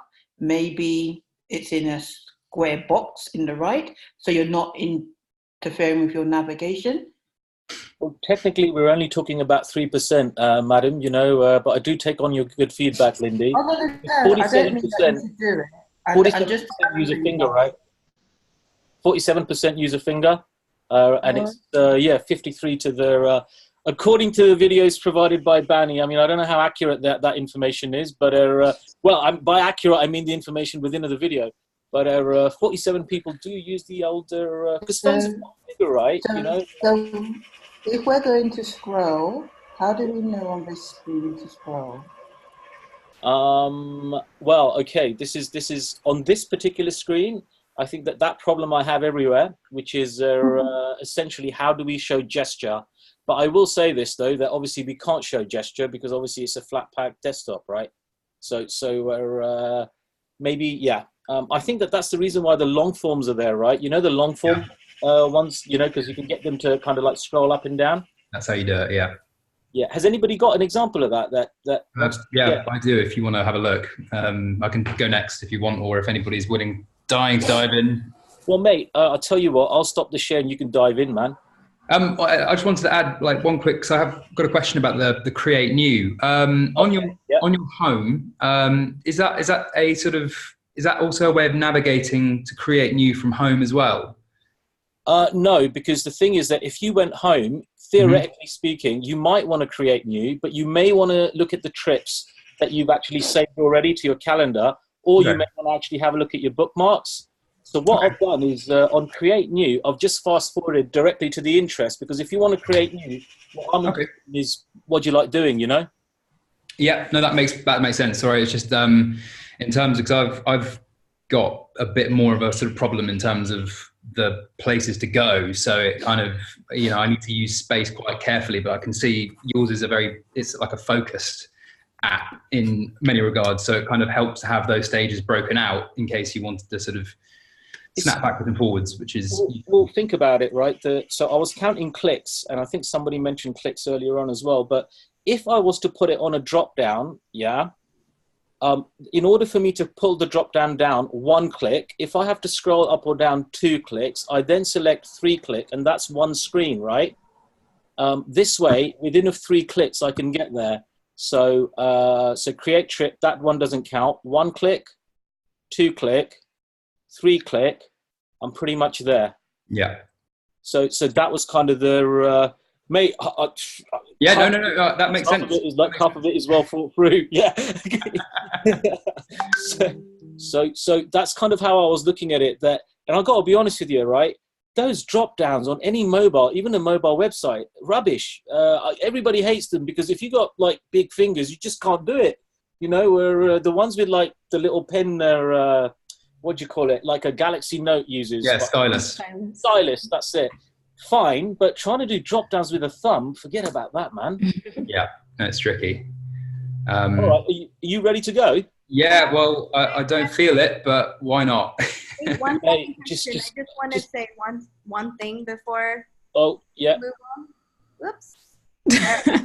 One thing. I want to actually, Sam, just understand this better. So you cannot book from this app. No. So what is the function of saving to calendar if you cannot book? How do you know that you'll get space? How do you know what dates? Sorry. So I mean, you know, that we're not recreating the so yeah, very good question. So Banny, I think you know the answer to this, but perhaps you're testing me. But like, as we all know, when you go to if you go to TripAdvisor, you can't book on TripAdvisor. It will send you off to the vendor. If you go to Kayak, you can't book on Kayak. It will send you off to vendor.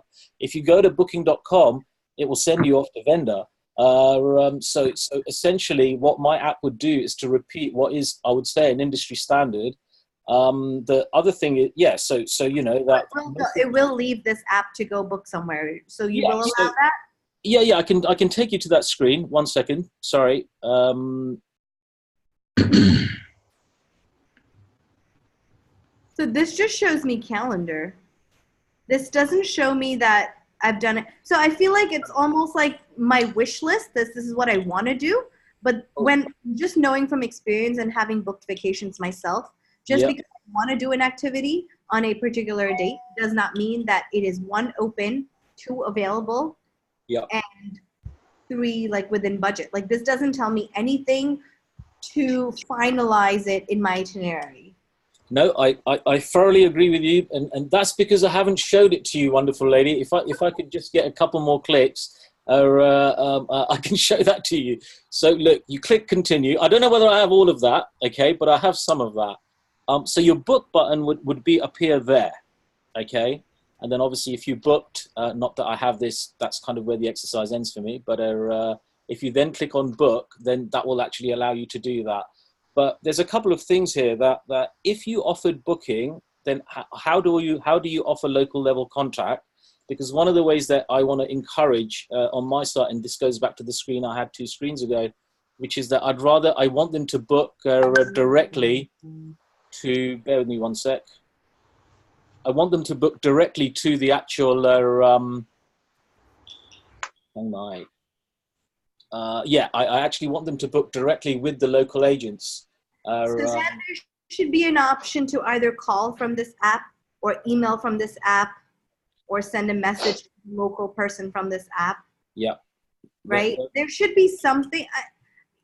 That's a disconnect for me. I know what you're trying to say, and it surfaces later, and you've accounted for all those things. No, later. I haven't. From an experience perspective, as a user, when I add to trips, I'm so confused. What just happened? Did I book it? Is this all done? Now it's on my calendar, sitting on my calendar. The only way me as a user want anything touching my calendar is if I have confirmation that I'm doing that activity. Or else it's like a false play, like, oh, now I have it on my calendar. I forgot to book it, but I think I booked it. Now I land in Chiang Mai, and I was like, oh, I'm going to go show up to the elephant sanctuary. They're like, what are you talking about? You never booked with us. Cool. And we're sold out today, or whatever the case may be. I just feel like that's a huge disconnect. And I'm just like struggling to understand the value your app. For now, I know you said you want to be this comprehensive thing and you want to connect with the local people. Well, that's the part I'm missing. I'm missing that. How are you being comprehensive? How are you helping me through that comprehensive list? And how are you helping me book that through the local? I'm missing that core functionality that solves your problem. Okay. Sorry. clearly I should have said V1, yeah, you know, sort of there will be V2, V3, V4. Okay, no, but that's really well heard. That's kind of the reason why I wanted to put it up there, that you're right. There's a difference between having the information within of the app and the difference between it making sense to the user and being available at the right time, at the right place. I think your level of detail is fantastic for what you were able to do over the weekend. And I know also how you were struggling to kind of get things done on time. So yeah. I applaud that, but at the same time, I don't want it to cost the actual functionality. Mm-hmm. Your solution should truly be a solution, yeah. not another app. I don't want to know that you can design an app. Mm-hmm. That is not the function. The function is to your problem, for your persona, what is the problem that you have solved? What are the first frustrations and pain points that you have alleviated for the user? And I think you need to work out that bit a little bit more. Not the interactions and stuff. I feel like that's a work in progress. Mm-hmm. The going back, the buttons, all of that is a work in progress. And I'm okay with you taking as long as you need to do for that bit. Mm-hmm. But I really do want to see the functionality of your problem solving. As a UX designer, and when you are saying to the client, here's my solution for your problem, mm-hmm. what is the solution? Where is the solution? Okay. Leave it with me. Okay. So, yeah. As I say, this was the first pass at it, but yeah. I think you've done tremendous. And the reason I'm giving you this feedback is only because I know you can get there and I want you to get there. We will. I think it's just going to need more wine, Banny. That's what I'm going to use for inspiration. That's the answer to everything. Well, it's normally coffee, but hey, needs must. Christian, is that you? I think I've teed you up really well here, mate. Yeah, I think so. Do we have time to carry on? Or let's go. Whoever needs to leave can leave. That's fine. Okay, cool. Hang on. Let me not be. How do I? Wait a second. I need to. With my Thug Life compilations, man. How do I? I think you need to. Yeah. Got it. Yeah. Tim, you also need to plug your computer in so you don't die before the end of class. Very true. Are you even checking out my 5%, Jimmy? It's good to see someone's paying attention. Yeah. One second. What happens is I see that and I freak out and I think my battery is about to die, and then I realize I'm looking at someone else's screen. No, it's good, man. It's good. Hang on. So my app, to give you a bit of context, is one about personalizing experiences where you are, both in advance and on the fly, whilst also being able to connect people with local guides. So taking on board the kind of information about going, and enticing people to use the app from the get-go, you can go straight in. And there are things that are available to use. However, they're not going to be tailored to your recommendation. So you still can access these features based on where you are. But, it sort of makes it quite explicit. Like, if you haven't gone through this process yet, please go and do this and sign in. So just to sort of, give you a very brief rundown of, what this is, what this kind of looks like, you kind of go through, and just to give you a taste of various different areas where you can also scroll, which is handy. So if you sort of, tick on these, link through to various social accounts, why is it not working? Then it can sort of get a better idea of who you are. It's deciding not to work on me, which is really unhelpful. Anyway, here you go. That's a bit of scrolling action for you to sort of make it look at least a bit kind of, there's a bit of stuff going on. Anyway, I'm not going to bore you with the user onboarding stuff because it is dull. But this is where you'll sort of end up once you've landed in the app and you've got recommendations being curated for you, because, you've input this information now. You can then see what would be kind of, things that you might like to see in the local area, no matter where you are. Or you can go in to do more specific things. So I've horrendously ripped off TripAdvisor and Foursquare. I'm completely unabashed to admit that. You can, tailor what you're looking for. So if you want to do, vegan and you want to find someone with Wi-Fi, that is totally doable. You can then select the restaurant you want to go to. Mine does do booking, simply because it's, the way you build the itinerary is kind of designed around that. So you donk in how many people, are going, and times, etc. Sorry.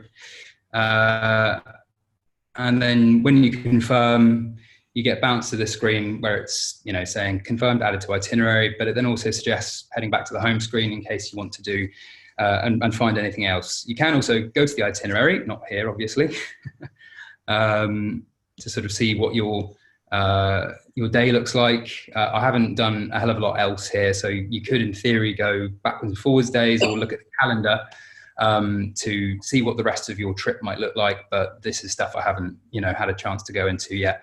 And also it's possible to download this information. So whether it's the local map, your itinerary, and your preferences, that whole, the essence of what the app is, so that it can be downloaded onto your phone based on a locality.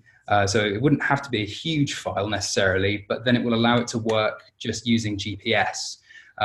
So once you've done that, you'd be able to sort of, leave and, use your map and, still be able to interact with it whilst you're sort of out and about, which, is important, I think. And that's something that sort of stood out from the user interviews anyway.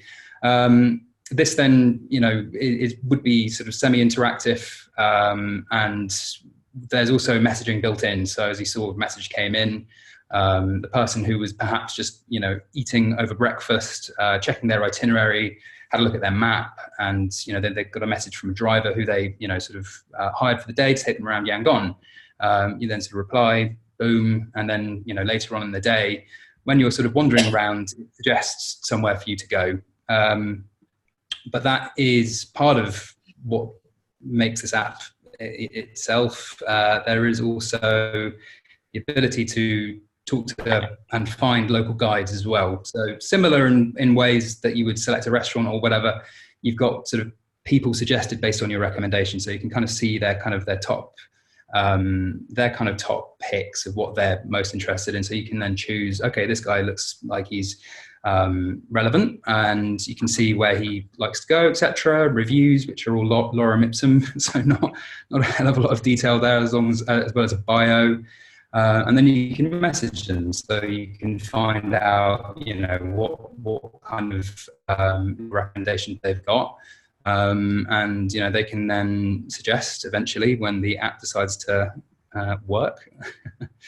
There he goes. And that will then take you through to another sort of similar booking screen where you can then set a time and date when you'd like to put it into the itinerary, then you can add it, and that will sort of become part of what you're going to be doing. So it's possible to sort of use this on the fly as well as in advance, that's the kind of notion of the app. But please feel free to tear it to shreds. Very grateful for any and all feedback. I'm really impressed you did 66 screens, and thank you for showing that, because I didn't understand how to do time and date. But you've got a screen where the icons are super tiny small. Yep. Where you've got little tiny things at the bottom and little tiny itsy bitsy writing. And I don't know if I would be able to see that. Do you know the screen that I'm talking about? That is a good question. I'm not entirely certain. I was very tired when I put this together, so as you can imagine. So on the screen, you've got writing, and then you've got 3 little icons. One that says itinerary, and then 3 other things underneath the writing within a tab bar. Right. Is that early on. One of these, or? No, go right back to the beginning. Right, that might be, yeah. That's a good question, how to do that. Is it one of these? Keep going. I think that's the earliest screen I've got, but I think I took it through to, hang on a minute, sorry. I think I skipped, hang on. Yeah, I think I went here initially. Is this? Keep going. Sorry about this, everyone. Man, it looks awesome, mate.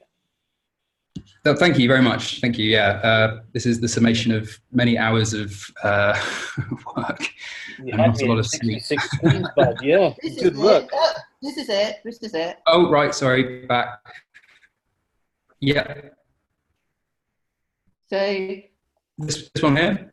yeah. So Are we talking about these ones down here?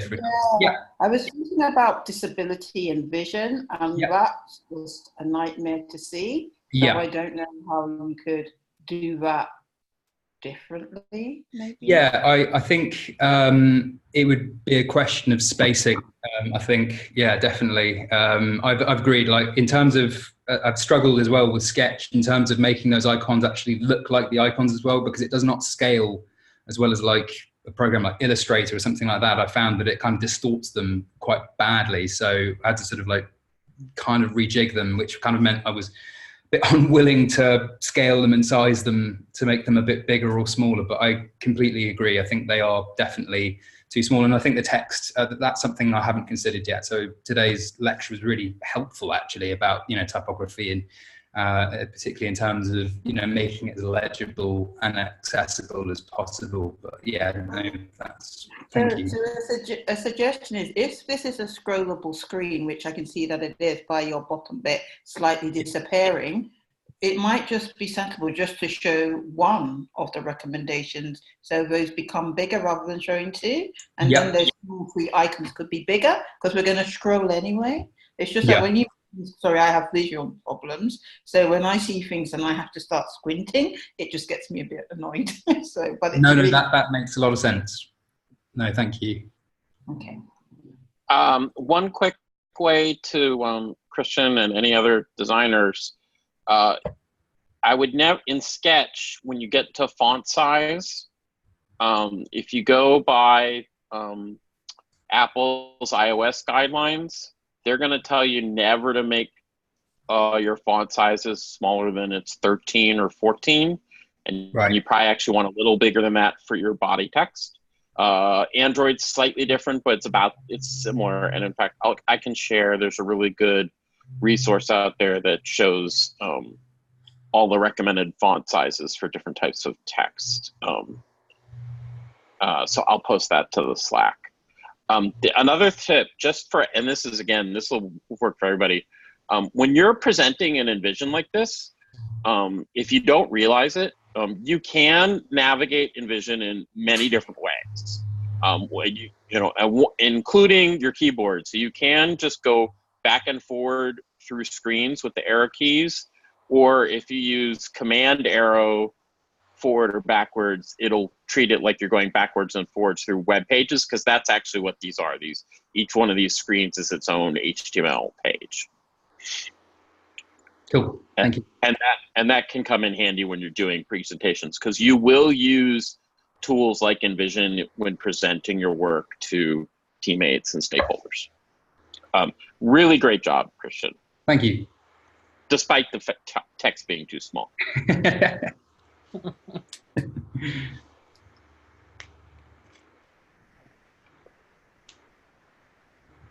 can show mine if we have time. Just one second.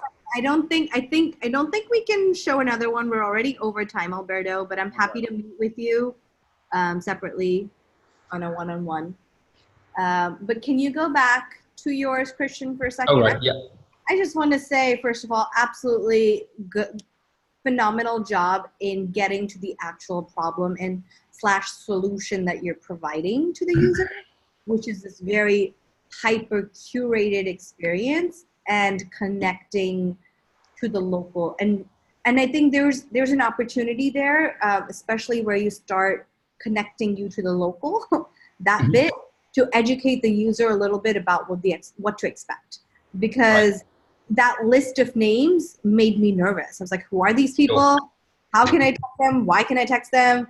What is my identity going to be like? Can I be anonymous? Like, there was so much fear when I saw that screen. Yeah. I'm like, I'm not going to randomly text people, and how do I know they're not mass murderers? Like, there needs to be some sort of education piece on what this list is, who these people are. Yeah. And also when you do message them, there should be like an app message which gives you or manages your expectations, saying, give your guide 12 to 24 hours to get back to you based on time difference or whatever it is, right? So Okay. that I'm not expecting an absolute sudden response, because that's not likely going to happen. If you look at With Locals, which connects you to local guides, and when I have tried booking tours with them, I have waited 3 to 4 days at end. And what I hated about them was they never told me how long I had to wait to hear back from these guides.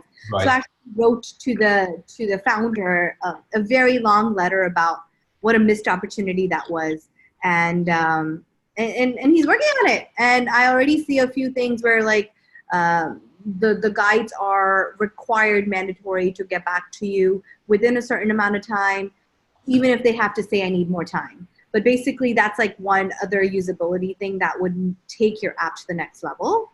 Cool. And then there was one screen that you had that was add to itinerary. And once you add it to your itinerary, it was like a confirmation page. Yeah. And where you had suggested go to home. Well, instead of suggesting it in plain text, make a button that takes them to home. Okay. Right? Like go home or explore more, add more to your itinerary, whatever it is. Yeah. Just be very, very mindful, specific, and pointed about the call to actions on each page. Cool. It's okay to get stronger about some of these. But thank you. Great job. Phenomenal. Pleasure. Thank you. Okay. I actually have I have 10 minutes. Alberto, do you want to go? Yes. Okay, let's do it.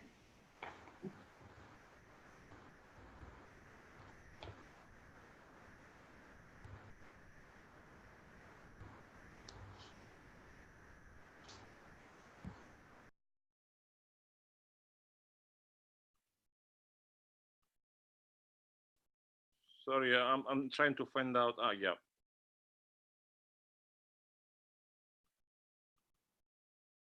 Can you see that?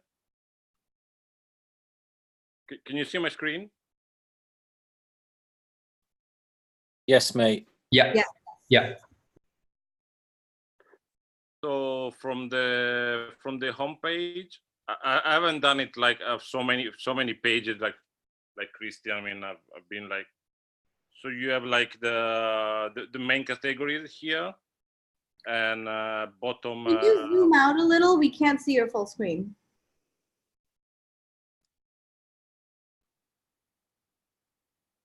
It's fine. Keep going. Keep going. And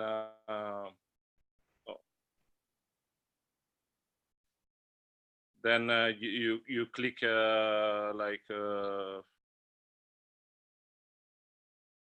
you click on one of the categories. You get into like a search menu. You enter the date. You can select more option. You get a list. There's a scrolling list. I mean, and you click. You can have more. You can have the menu. You have on top the number of people, the location, the date, and you have a little like what's the name of this, like breadcrumbs? Yep. Yeah, to help you to locate yourself in the app. You can book. And after you book, I mean, if you're not a register, you can choose to register or continue as guest. If you don't want to register,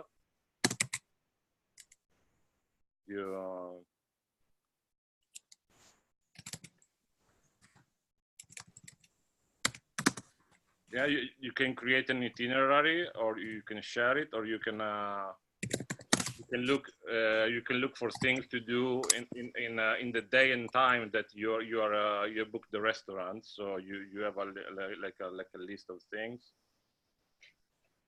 You can see details. You can book. Yeah, and that's my work. And then there's another. If you go.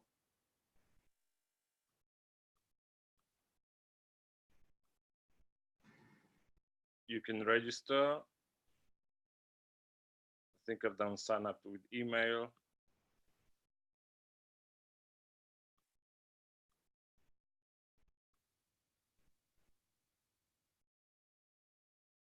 Yep.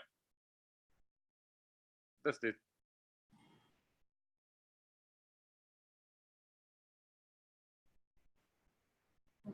I really like it. It's really simple and straightforward. And you've also shown me how to do some of the numbering and calendar stuff that I didn't understand before. So thank you for sharing. Can I just ask, what was your specific persona looking to do? The persona is looking for a way to find selected suggestion. I mean, in a specific area, and what I've done in the search I mean, you can narrow down the criteria on some main categories that they can fit the kind of places that my persona wants to go. It doesn't want a list of like thousands of restaurants. I mean, it wants maybe, I don't know, like fine dining or a cool hipster place or something more traditional that they can fit the local. And that's how mainly I try to fit in to solve the problem for him, like to narrow it down to a selected vetted recommendation. So is it important that these activities or restaurants are near to him and he can locate them on the map? Yes, and then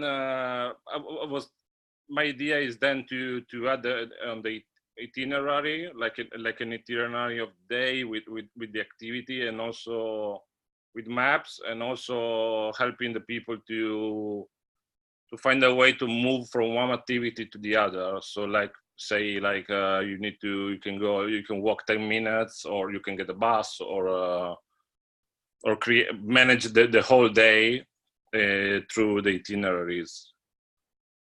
But I didn't have time to do it. No, that's okay, that's good, thank you.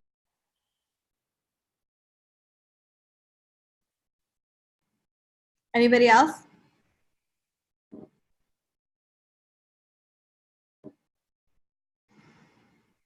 If you go back to your homepage, Alberto. Yep. And then your bottom navigation, you have similar but not the same naming of each category. So you have restaurant versus food, itinerary versus itineraries. And I just want to see like how these 6 compare to your bottom nav and what the difference is and why they're different. And if they are the same, why you need to repeat them. Like, I would question this page in what that primary goal is and what you want the user to do, and what those 6, 4 to 1 thing that you want to lead them to. I'm thinking about changing this, and because this is a repetition of the same menu, basically, one with the pictures and the other. I mean, most of the categories, they are here and they are in the menu. So maybe to use the space on the homepage for other things, like, I don't know, special deals or special blogs or something more more special, rather than repeat the same categories that are in the menu. I'm not so familiar with your problem statement, but your whole part about adding a map and almost a Google Maps element for directions from going from one activity to the other, that in itself feels like a whole undertaking. It's pretty massive. And before integrating it on your MVP, just make sure you can validate that that is a true user need for your persona. And that is not just I'd like to do that because it's cool or convenient. Yeah. Just try to validate that for me before you go ahead and flesh that out. Oh, there's a user persona. They wants to be able to manage the entire trip with on the phone, and so I think the maps and create the itinerary is something that can fit. And also, I mean, I was thinking maybe on the homepage to maybe to put blogs or something that can appeal to the fact that they want to look for special things to do. I mean, and when they travel, so that's what I'm thinking, like to change it. Okay. Anyone else? I have a small little suggestion. It'd be nice if maybe on the bottom navigation bar, if you could like maybe separate it a little bit, just so that, I don't know, it's less confusing. Like maybe add just lines to kind of show where everything is separate, if that makes sense. There was a version with buttons, and okay. Then I took off the buttons. Okay, and maybe not buttons, but maybe like lines, just to separate. Separating lines. Yeah. Mm-hmm. And I'm thinking about adding like icons as well.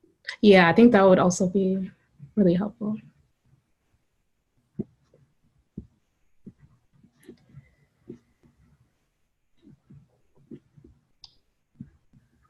Okay. Thank you so much for sharing, Alberto. I hope you had enough feedback to at least iterate on something and work on it.